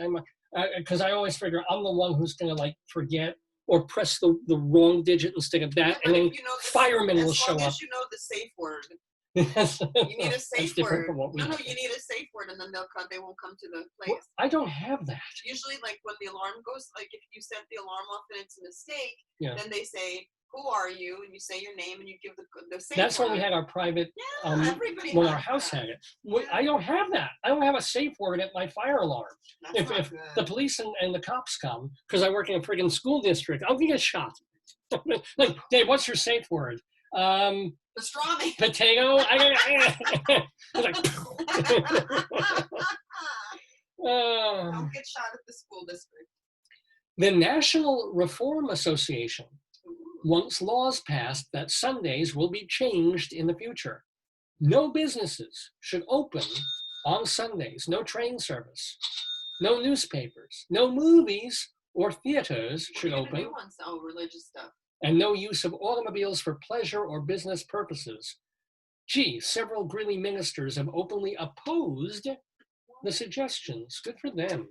Well done. As an altar boy walking by, I was like, I'm against this, but hello. Light my candle. It's for rent. Little theater humor there. Let's go to some more Greeley crime. A caller on 11th Avenue reported. We haven't had 18th and 8th and part 2. Yeah, we haven't had You some of haven't that. done your magic word for today. Oh, yeah, we still have that coming up. So we're going to finish this pretty quick, though. I want to get through a couple more Greeley Crimes Old Times. A caller reported that a food delivery driver threatened to burn down his house. The caller said he was, quote, very disappointed with the state of the country. Amen. And he was, quote, tired of the college kids in his area. But I don't know, it's unclear in the writing of this piece whether it's the caller who's saying that or if it was the driver threatening to burn down his house who was saying these nasty Probably things. both of them. Yeah, probably. Do you know during the quiz PAI fell off the thing? It got so excited. I know. And you can't see the Z on with Z. Oh, because it's that It's, color? yeah. Yeah. By the way, hon, what did you, a minute ago, what did you just say that we haven't had? I don't on this on The for- dictionary word. no, but as part of this segment, Oh, we have it on 18th and 8th. or not 18th and 8th. But 8th and 8th. Yeah, that's like the nexus of all like. Whoa, that's the nexus of all things we supernatural. have an alert, Hold ladies on, and hold on, gentlemen. We gotta have find- an 8th and 8th alert. Ladies and gentlemen, we have these. This is when in Greeley Crimes Old Times, something happens at the junction in Greeley, Colorado of 8th Street and 8th Avenue. It's like Infinity Square, you know. It's the black hole. It's what's that thing where Nexus. yeah, it's Nirvana. It's hell. It's Samadhi. yeah. It's everything yeah, weird happens. Mecca, Medina. The corner of 8th Street and 8th Avenue in Greeley. We have an 8th alert. 3:15 in the afternoon. But this is the one that is surprising to me. I don't. You remember 8th and 8th? I do. What was it like? A Chipotle was there. No, Chipotle wasn't 8th and 8th. Oh, no, it was over 8th and 60. Oh, it was 16th 8th and and 16. 8th. So 8th and 8th. 8th and 8th is down near like the hotel, Yeah. the coffee shop, where the DMV used to be. Yes. Like down there. Did you know? I guess that there's a beef plant there now. Oh, well, good. I thought JBS was all the way down, but Maybe there's there, yeah. yeah. So a caller outside the beef plant. Actually, isn't the phrase beef plant an oxymoron? Anyway, Yeah. caller outside the beef plant reported protesters. Oh, Vicky joined. Esther and Vicky just Hey, joined. welcome to Esther and Vicky. Protesters trying to stick their hands in the trailer and walking in front of semi-trucks. Why? Well, I guess they're protesting meat or the Why would you- exploitation of JBS workers during COVID or something like that, or I don't know. But they're protesting the meat plant there. One of the protesters was described as wearing a ghost costume. The zombie apocalypse has come to Greeley, Colorado. I swear to God. Wow. So speaking of Greeley, this is a bigger story that actually did come out of Greeley this past week. Here's the headline. So many headlines are about coronavirus, about universities coping with lower enrollment and with the pandemic, and also the election and crime and stuff like. But Yeah, oh boy, this was the headline in the Greeley Tribune, not the front page, but a headline in the Greeley Tribune this week. Quote: "With the Colorado cornhole connection." Brooke and Don Newvarner strive to provide a cornhole company like few others. That was the headline. See, the Colorado cornhole connection is the only. Cornhole is. People don't know. in these groups. I think some of our viewers know what a cornhole is, but the cornhole we're talking about is actually a game that is, believe it or not, really, really gaining in popularity. It's Wait, Vicky said always hard to remember what was on any site once it's down. Yeah, which is true. It's kind of like if you're going through an old neighborhood, like if I'm walking through a street and there was a store there for 20 years and the store like is knocked down a week later, I can't even remember the store being there. It's kind of a weird I just this wrote it back weird and thing said there. that. But here's the deal: we may be at some point moving back, and this is going to be important to us. So cornhole is a carnival kind of a game where they take a plank It's and like they a, cut. it's like a beanbag toss. Yeah. No, yeah. And try and get the beanbag through the corn hole. But the Colorado Cornhole Connection is the only full-service cornhole company What does that in mean? Colorado. What do they do for Well, full service? full-service cornholing, I don't like, it's something they do in the I mean, village. yeah, like, for Yeah. real. It's like, how do you? Other shops may offer some Oh, cornhole come on. equipment, They know this is naughty. but the game's growing popularity of avid players will have to do some searching or take the more impersonal and unpredictable They route know of going this is- online. They know this is naughty, right? They know this is Well, okay. to find the assortment of cornhole equipment the husband-wife entrepreneurial tandem offer at their shop in West Greeley. For example, they have a giant LED printer Oh, what? that can place any custom design, even a picture of someone's cuddly pet, Oh, God. on a cornhole board. The shop also sells a wide assortment of scorekeeping towers, bean bags, practice equipment, and even nifty decor for your game room or den. The Colorado, this is not an advertisement. This is in the, I guess it almost sounds like an advertorial. Colorado Cornhole Connection is open 8 to 2 p.m. Where Monday is through it? Friday. I don't have the address, but it's in Greeley. Customers can also make Let's appointments. get one made up of you with your mouth open. And Yes. you can get the beanbag to toss in your mouth. Or the rabbi. This is the rabbi. Yeah. And you throw his tallis bag. It's- Yes. yeah. Yeah. Like do they sell the beanbags? They sell everything. Okay, so They let's are do the it. full service. Let's do it. We'll get the beanbags. Cornhole Throw it company. in your mouth. Will they make the beanbags? Let's do it. Say the new Vonners, quote, "We travel all over the country playing and running tournaments. Wow. Cornhole really is like family." Yeah. Maybe that, and then what's the other one you like? The Well, I used to love, curling. I've never played curling though, but I used to like that other carnival game, which is the one with the circular thing. It's concentric and you throw the ball circles. and it goes round like Is that it's like ski Ski ball. I loved skee ball. I still do. Ball. Yeah. But it's not I'm gonna cornholing. get you. I think I'll get you for your birthday. I'll get you a cornhole table with the rabbi. That would be You beautiful. want that? Let me How think much about is it. it? I don't know how. Well, I mean, these are custom made Can they do cornhole like tables. a mini one, like a tiny one, like a? They can probably do whatever you I want. want like maybe one you could play on your desk. Yeah, we could have for 1 week instead of today, yesterday trivia. We can have Cornholing. Dave goes cornholing. Virtual. Ask if we can do virtual cornholing. Virtual corn. And you're laughing about this, but on July 4th, what's been happening after we've been watching we were talking about Joey Chestnut before, and the Nathan's hot dog eating contest. They also that same day they have the cornholing competitions. Too much. It's Too much. Best television ever, Too much. ladies and gentlemen. Oh my goodness. Too much excitement. And one more story where we go afield. We go away from Greeley, Colorado, for an odd and lovely story. This one courtesy of Fox News in Gary, Indiana. Here's the headline for this one. Portable toilet company stages holiday light show with singing Johns. Service Sanitation of Gary, Indiana, uses its portable toilets for an annual light show set to music. Animated faces on the porta potties lip sync to the songs. Yes. The company calls it, quote, the Jingle Johns, a lighted loo experience. And if you go to Twitter, you can watch your 32 toilet version of Hallelujah.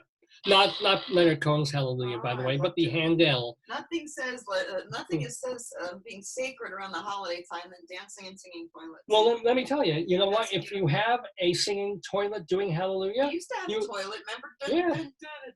But you if it's doing Hallelujah, you have to jiggle the Handel. There's a little joke there. Oh, no. Service Sanitation is also touring 4 of their porta potties with their holiday light show, available for drive-in movies, New Year's fireworks, and of course church events. Wow. Nothing sacrilegious about toilets, and they're essentially porta potties. Not, you don't see the physical toilet lighting up and singing for you for the holidays. Does life get better? I don't think so, ladies and gentlemen. We're doing Greeley Crimes Old Times. Let's end with one more old time, shall we? I think we shall. This from 100 years ago in Greeley, Colorado, in the newspapers. 3 Greeley teenagers who were convicted of burglarizing a tire shop begged the judge to send them to the state adult prison instead of the Buena Vista juvenile prison. The judge refused, and no one could understand why they would prefer the adult prison. I don't know. I think maybe kids thought grown-ups would treat them better, whereas, you know, if you're in school and kids are treating you, got bullies, they're your own age. They want to get their street cred. Yeah, or that too. I don't know. I mean, all they did was burglarize. Not all they did. They burglarized a tire shop. I don't know. Maybe they thought there would be big wheels. Yeah. Rubber, I nearly touched. I blew it. Rubber, I hardly touched her. Well, you know, it has been a pretty good year. Except it hasn't. Anyway, that's Greeley Crimes and Old Times for this Saturday, December 19th, 2020. Mr. Horace Greeley was no fool. I'm sure that you'll agree with me that Greeley was no fool. But he is getting Mr. Greeley was no fool. Yippee-yi, yippee-yi, yippee-yi, yi-yi, yippee-yi, yippee-yi,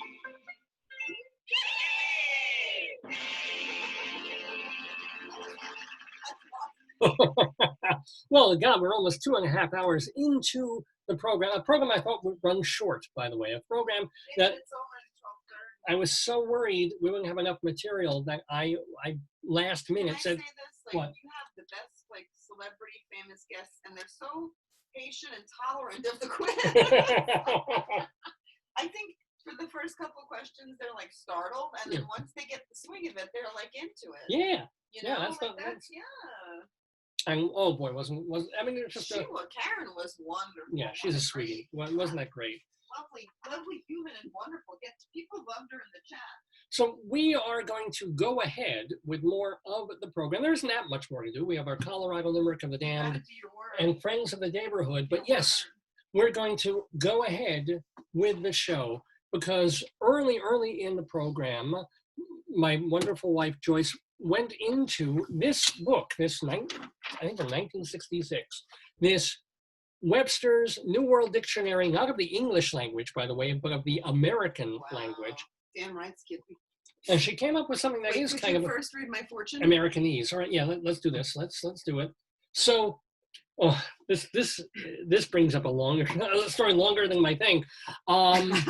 Well, I've told a lot of things along the way. I've told this before, but I'm king of the terrible fortune in terms of fortune cookies. I am for years, people around me, we go to a Chinese restaurant, we get Chinese takeout. They get these wonderful inspirational fortune cookie messages. They would get these things that predict cool psychic things for them in the new year.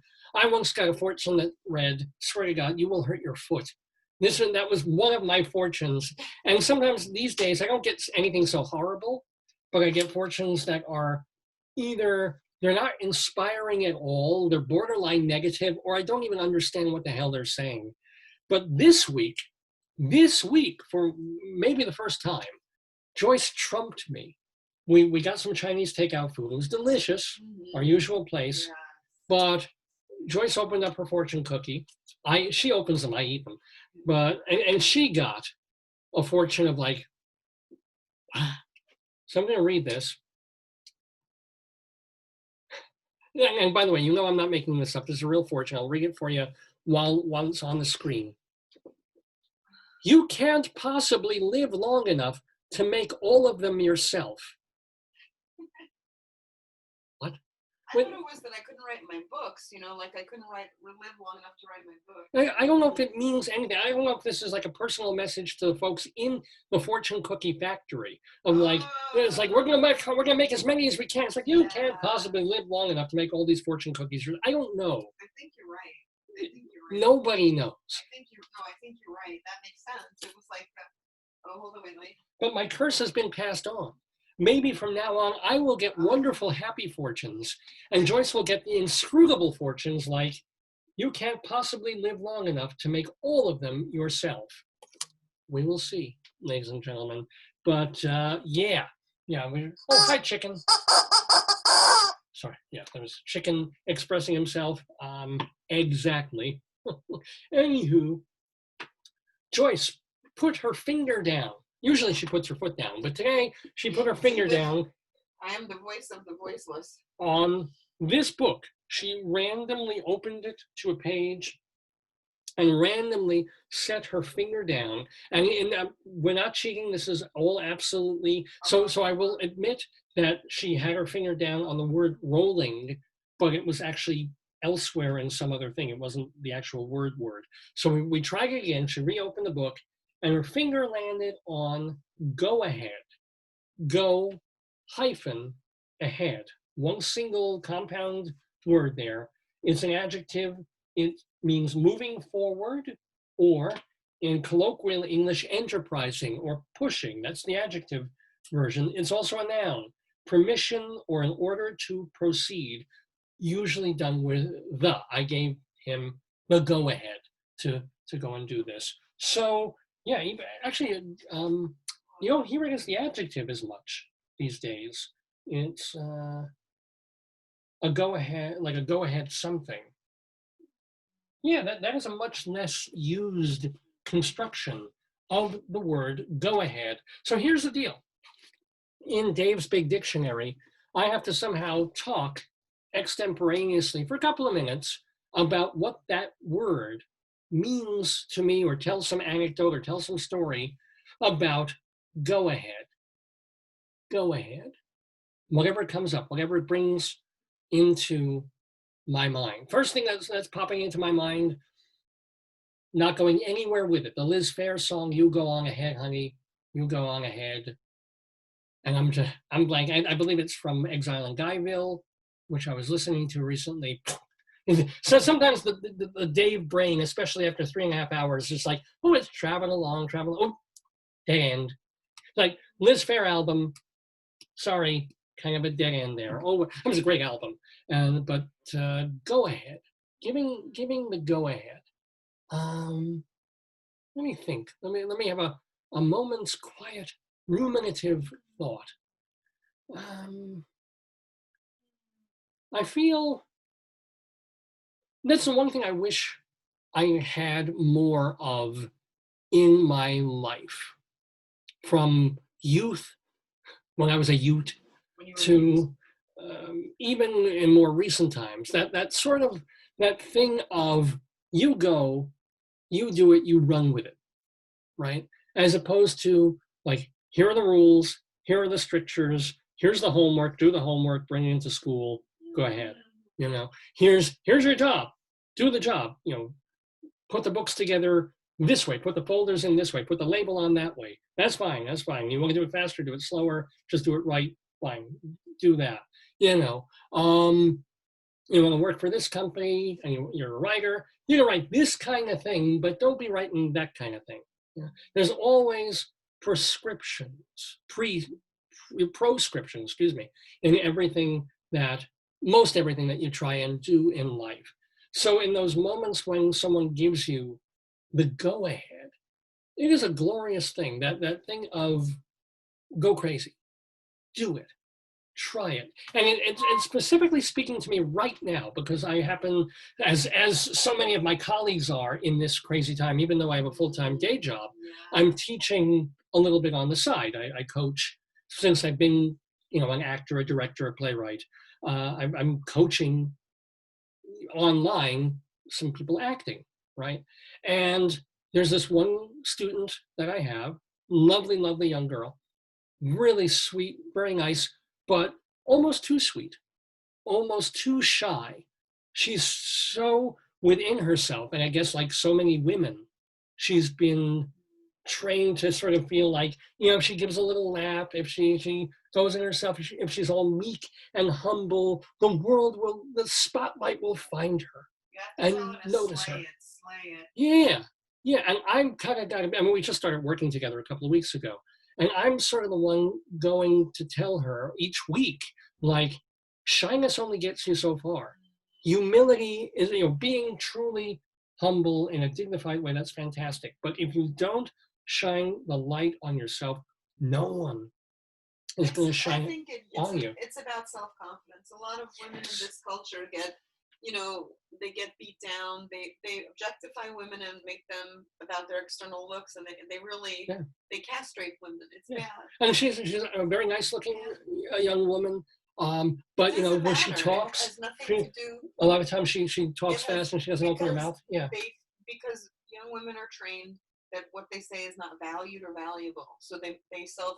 Yeah, they not immolate, but they self-censor. Yeah. It's horrible. And then when you want to have them come out, you know, after all these years, when you want her to open her mouth and be big with emotions, she's afraid of emotions. We're trying to do, and I'm certainly not going to mention any name here, but when we try and even before we start work, there are physical exercises that I want her to do to loosen up, to relax. It's what all actors do. They usually do them in a room together, and it just involves, you know, silly facial things like opening up the jaw and chewing and popping your eyes and rolling the shoulders and just loosening up the instrument that you are using as a performer, right? And she doesn't want me looking at her when she's doing chewing exercises, like chewing the gum like a cow, like getting the jaw loose and open. She doesn't want me seeing that, right? I've got to turn my head or she turns her head. And when I want her to, and she's working on a monologue or a piece, and I want her to go big with the emotion, big as she possibly can, reading a line or reading a couple of sentences together, she'll hit here when she could go here. I was like, what are you afraid of? Who's watching? I mean, her sister happens to be around watching in the room, but it's like, and her sister's her closest friend. So she's not afraid to be herself in front of her. And yet still, it's like, and I want to tell her, I'm giving you the go ahead. But you also represent the white male gaze, which is oppressive. Right? Thank you.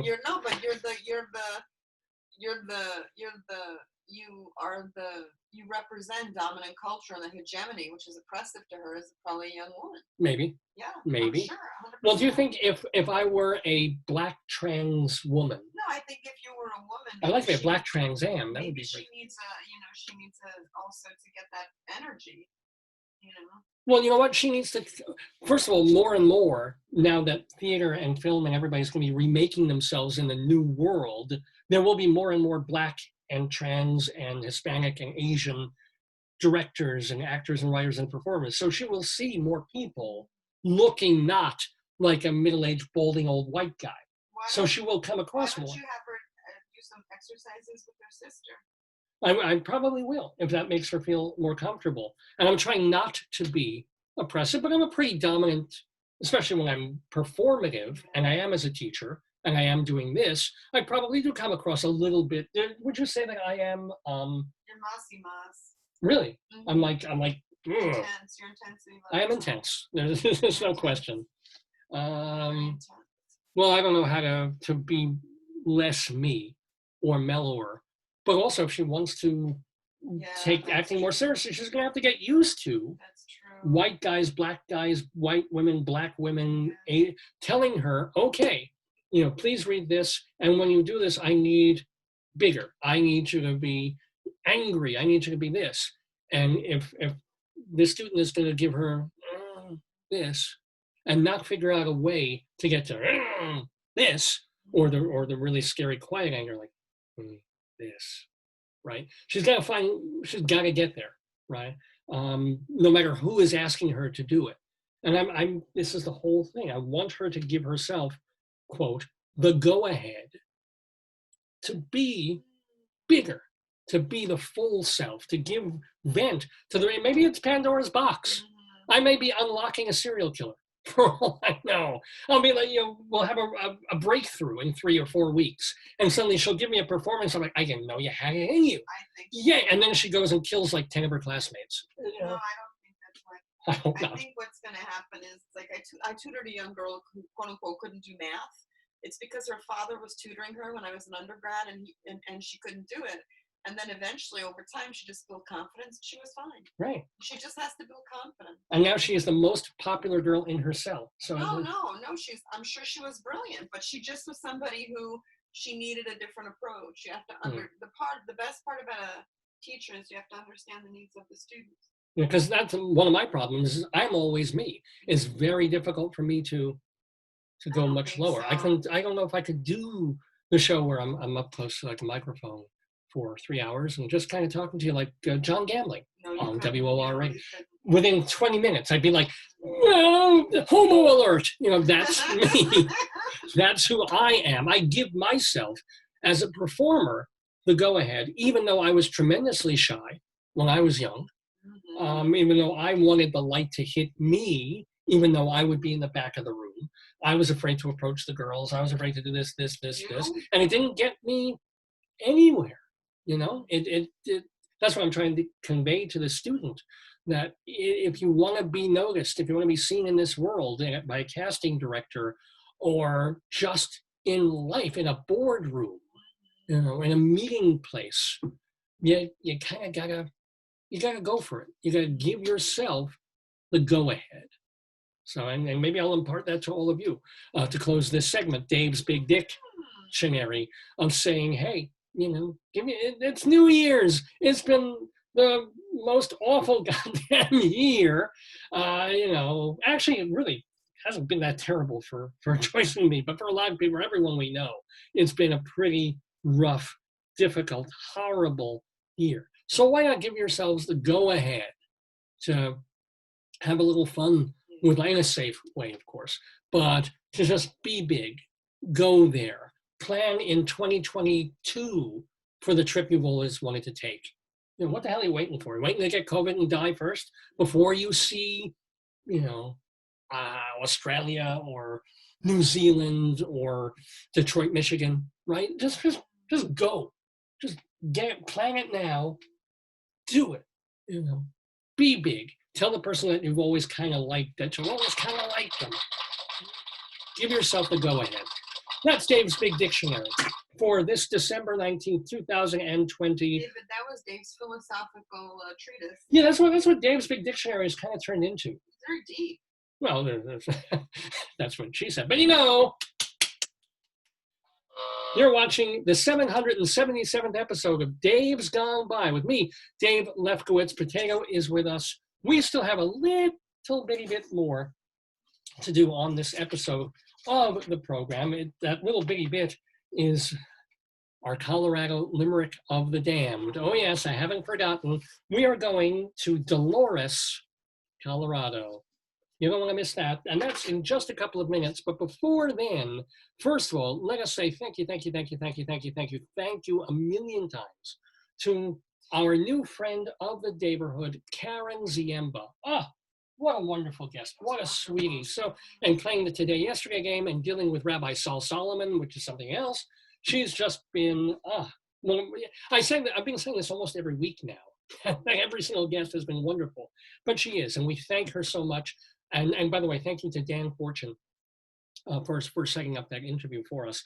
But she is now a friend of the Daverhood. This is someone who has been on this program and has participated or been a guest. And now we think of them as friends and family, and we keep tabs. We like to know, hey, what are they doing in the time after the show? What were people who were on this program back in like 2005? What are they up to now? We call the segment Our Friends of the Daverhood.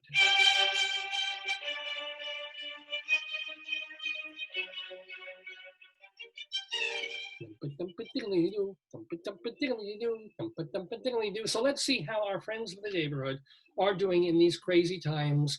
Shout out to singer-songwriter Eliza Gilkison. She has a new video out. You can watch it on YouTube. It's for the song Promises to Keep from her recently released new album, Eliza Gilkison. I want to let you know that you can watch through December 20th, which I believe is tomorrow, a Hanukkah celebration of light. Speaking, do you notice my pajamas?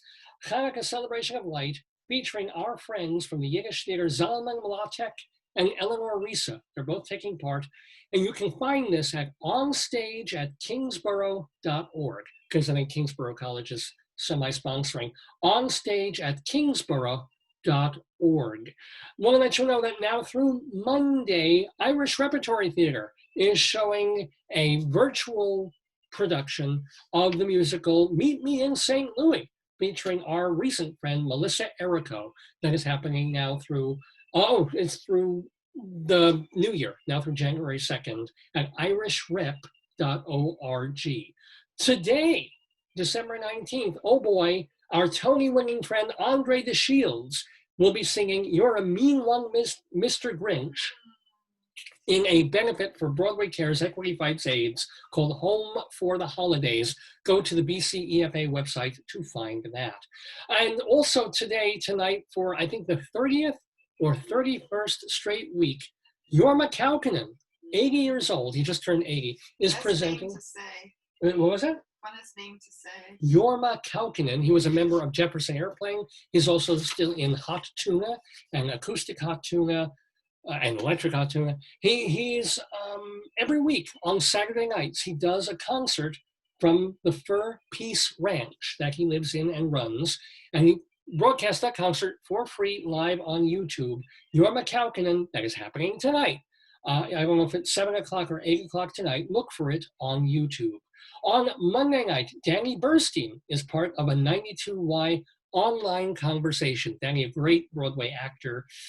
So you're going to want to check that out on Monday night online. Also Monday night online, 7 o'clock, be there for the York Theatre Company's holiday concert featuring a whole bunch of friends of the Daverhood, including Donna McKechnie, Leroy Reams, Ben Bereen, and Karen Mason.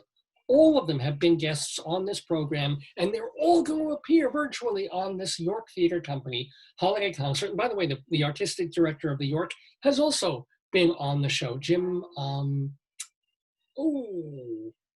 Jim, shame on me. Jim Morgan. He's also their set designer. So a big shout out to the York Theatre Company and their holiday concert on Monday night. On Wednesday, David Broza will be streaming a concert at City Winery. Find out more about that at davidbroza.net, B-R-O-Z-A, davidbroza.net. And we just mentioned, it's interesting, we mentioned Danny Burstein on Monday night. Well, he's married to Rebecca Luker. She has a new album out, and it's dropping on Friday. It's an album of duets she's doing with Sally Wilford called All the Girls, and it's being released by PS Classics. And they're doing songs by Sondheim and Jerry Herman and Kander Ebb, that kind of wonderful stuff. Rebecca Luker, the album drops on Friday, and she has been having a really rough medical time. So definitely support Rebecca Luker on that. Also on Friday, Save the West Bank Cafe.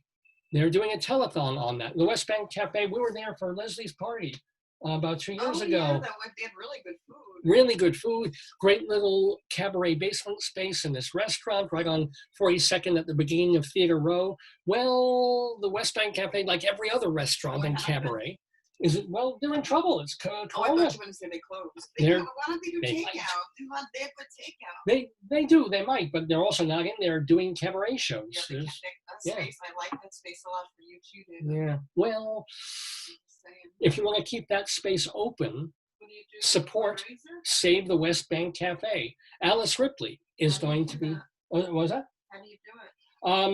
I didn't put down how to find it, but just look for Save the West Bank Cafe.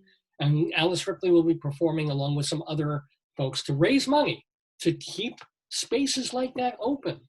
We've been saying every week that Eric Comstock and Barbara Fasano, they were so excited because, they're a couple in real life and they also perform together, cabaret kind of an American standards material. And they've been dropping a lot of songs on YouTube, these little videos. But they were so thrilled. They're like, oh, yay, we're going to do a distanced kind of thing at Birdland, right? Birdland will be open, and we can do in a distanced way with some crowds our shtick, our cabaret. And then, of course, earlier in the week, Governor Cuomo shut down all restaurants and dining, and it's not happening, certainly this month.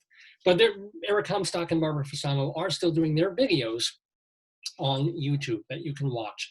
Evan Seplow is the founder and editor of StageBuddy.com. Dr. Demento still doing new Dr. Demento shows at drdemento.com. Stuart Brown, if you like Broadway musical, but you want to hear people like Karen Ziemba, go to soundsofbroadway.com. And finally, Bob Cudmore doing podcasts about upstate New York history at bobcudmore.com. And those, my friends, are the friends of the Daverhood.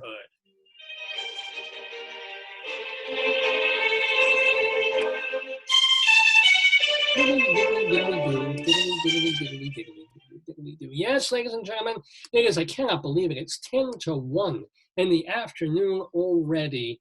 I guess we can just about end the show, right? We've had so much fun. We've done so many things. We had our Inside Broadway segment. We had Rabbi Sol. We had the delightful Karen Ziemba and our Today Yesterday quiz.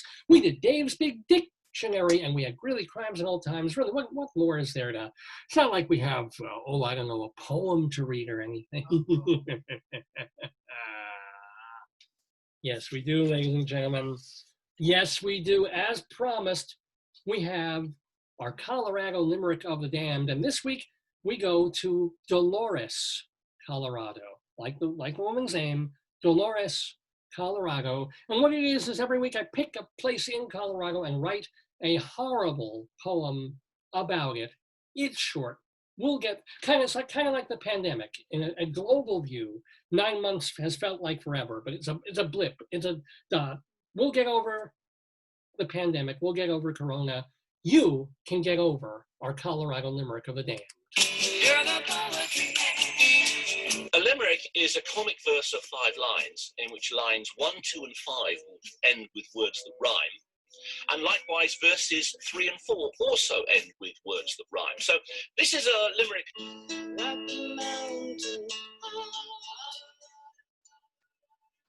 Yes, we're getting high on Colorado and our Colorado Limerick of the Damned, specifically this week, Dolores, Colorado, which is a statutory incorporated town in very far southwestern Colorado. Population of about 1,000 people.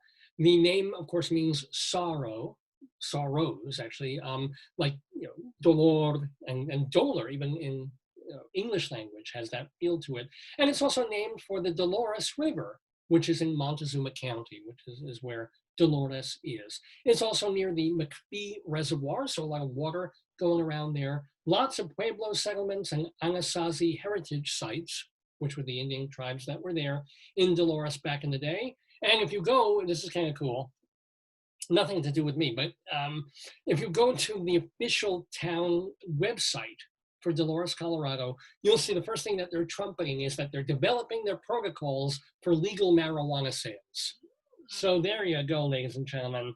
With that in mind, and do get the children out of the room for this one, we have a Colorado Limerick of the Damned for Dolores.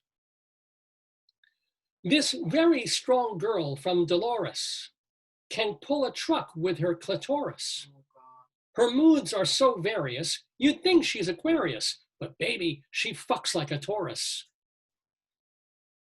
Please send your comments and complaints to davesgoneby@aol.com. Dave's Gone By, DAVESGONEBY, Dave's Gone By @AOL.com. I will read them if I have a chance. I will even answer them. You can also at any time post or message me right on Facebook. You can certainly send me a message if you're a friend on Facebook, or just post under the show and I'll read those too. So it's either right here on this Facebook page, facebook.com/Dave's Gone By, or davesgoneby@AOL.com. Want to remind you a couple of other things. Please patronize the wonderful folks at ULITMinutemanPress.com. They have been our sponsors since the very first episode, and they do fine quality work. I was using them when I was in Colorado. I'm still using them for stuff back here in New York. So is there anything with Z? No Z's for Ziemba. We do have some K's, don't we? No, we don't have any K. They have this whole list of all these things they do alphabetically. And I want you to know X, Z, and K are letters they have nothing written for. So what else, what other letter can I possibly, well, let's do J for Joyce. J for my wonderful wife, Joyce. Their specialty, they say, journals. And they do all this other stuff. They are a full service shipping center. They do law enforcement printing, digital copy service, of course. I mean, you send them something as a PDF file, they'll make as many copies as you want, color, black and white, special paper, special size paper. They do a lot of bindery stuff, gifts, and of course, elegant stationery, bar and bat mitzvah and wedding invitations, birth announcements. If you need business cards, anything to help your company, Hewlett Minuteman Press, they are the franchise to turn to, right in the heart of Hewlett, Long Island. And if you tell them Dave sent you, you get 10% off any job, big or small, so why not give them a call? 516-569-5577, area code 516-569-5577, Hewlett Minuteman Press. They are the copy kings. And I do feel like king of the universe when I get, this 4 hours is my go-ahead. This, especially now that I'm not on terrestrial radio and I don't have to answer to a university, or I don't have to deal with this or that. I just get on And except for like Facebook and YouTube not letting me play much music because of copyright, still 99% of the way, it's the go ahead for me to be me, to make you laugh if I can, to bring on crazy people like the rabbi, to bring on wonderful people like Karen Ziemba and David Sheward and Leslie Hoban Blake, and have my wife with me, and have chicken with me, and of course have potato with me. I mean, that is my go ahead. And I hope you've enjoyed the program, spending this pre-holiday, well, it's post-Hanukkah, pre-Christmas time with me on Dave's Gone By. It was our 777th episode of the program, which again, you can find, or in a few hours, you'll be able to find in the archives on my Facebook page, davesgoneby.com, archive.org, and castbox.fm, as well as the Dave's Gone By YouTube page. Remember that Rabbi Sol Solomon has his own website, shalomdammit.com, and you can watch his stage show there. I mean, Karen Ziemba was talking about all these shows like Steel Pier and Chicago and Crazy for You, but have you seen Shalom Dammit, An Evening with Rabbi Sol Solomon? If you haven't, why not? It's on the YouTube. It's on YouTube, and you can link right to it from shalomdammit.com, DAMMIT, Shalom. And there's a whole bunch of other rabbi stuff there as well. And if you want to contact, or if you want to see the rabbi's Twitter feed, it's at Rabbi Sol Solomon, SOLSOLOMON. What else? And yeah, my Twitter feed is Radio Dave 2. Ooh, and I did forget to mention. You know who Radio Dave 1 is? I wish I knew. I don't know if that's who is available information. Remember, by the way, that if you get cable television Altice here on the South Shore of Long Island, if you haven't dropped cable by now and you're not on one of those flash stick things, remember that on Monday night, early Monday morning, 1 o'clock in the morning, early Monday on Channel 20, we're showing hour-long clips of Dave's Gone By episodes. And we also show them on Tuesdays at 4 a.m., again on Channel 20 on your cable provider. It's the public access channel. We're just doing it to get the show out there. So if you happen to be awake and you don't want to go to the website, you're just flipping through channels, maybe it's more special now that I'm on your regular TV. Monday mornings, 1 a.m., or Tuesdays mornings, 4 a.m., on Altice Channel 20. Do check them out. ALTICE. It's Cablevision. It's whatever it goes through so many name permutations. Cablevision, Optimum, Altice, Altobeast, if Sammy Davis Jr. owned it at one point. So check them all out. And do let me hear from you, davesgoneby@AOL.com, or right here on the Facebook page. Want to let you know, we will be here next Saturday, God willing, from 9 until noonish or thereabout. Is that Christmas? It will be just after, it'll be, how many days? It's 12 days, isn't it, for people? No. How many days is Christmas, really? They do Advent and stuff. I don't Yeah. know. Well, we will have an adventure on our next show, December 26th. So it'll be after the official Christmas thing, but we're still celebrating. Come celebrate. Maybe you could with ask us. Leslie, you could ask David. David to do like a bad gift exchange, like with the gift they don't want, they could, Well, that'd be great, and feed it through the computer. That'd be excellent. But I expect to be here with the 778th episode, and then the 779th, assuming everybody stays healthy, will not be the following Saturday. Instead, we're going to do our You think annual. we'll be outside on the porch? It depends on the weather. Yeah, okay. If we get another day like yesterday, no. Although I'm almost tempted. Like if it's a day like it's a Wednesday. We could do costumes, right? Like you have costumes. Yeah, we'll do our New Year's show. We've been doing it for years, and it will be on Thursday night, and it will take Maybe us. Wendy Friendy could call in. And hopefully we'll get Brian Gary and Oh, maybe yeah, Mary like Shan Karen. Barnage and some new people too. But again, it won't be that Saturday. It will be Thursday night, December 31st, from 10 p.m. until like 12:04. East Coast time. I'm sorry, Eastern time. Yes, Yeah. yes. We will roll in the new year. here on the East Coast on Dave's Gone By. So be with us that Thursday night.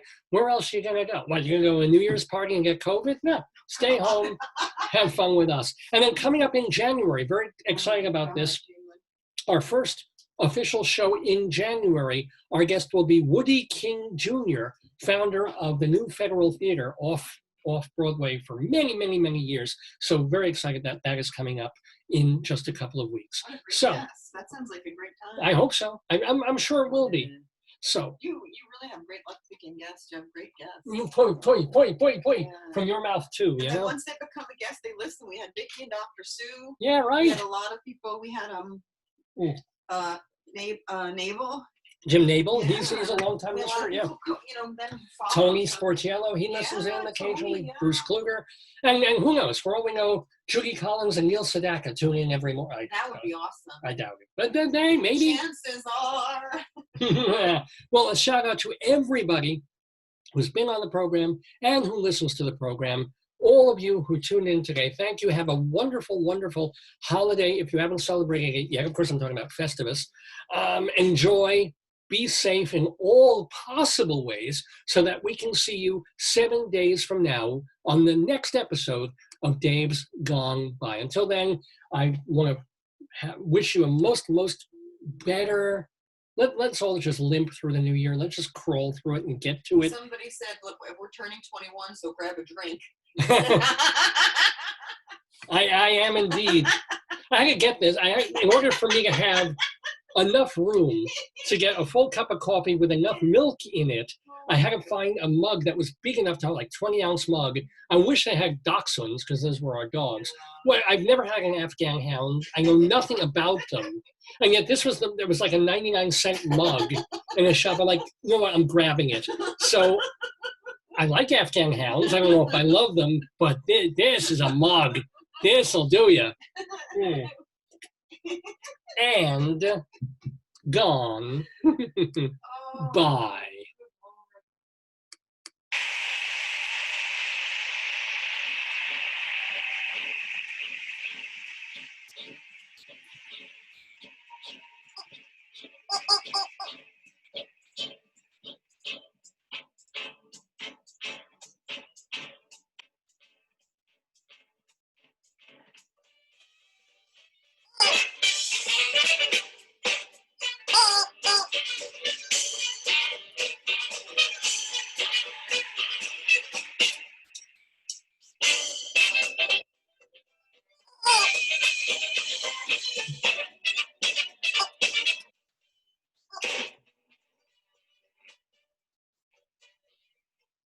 And gone by.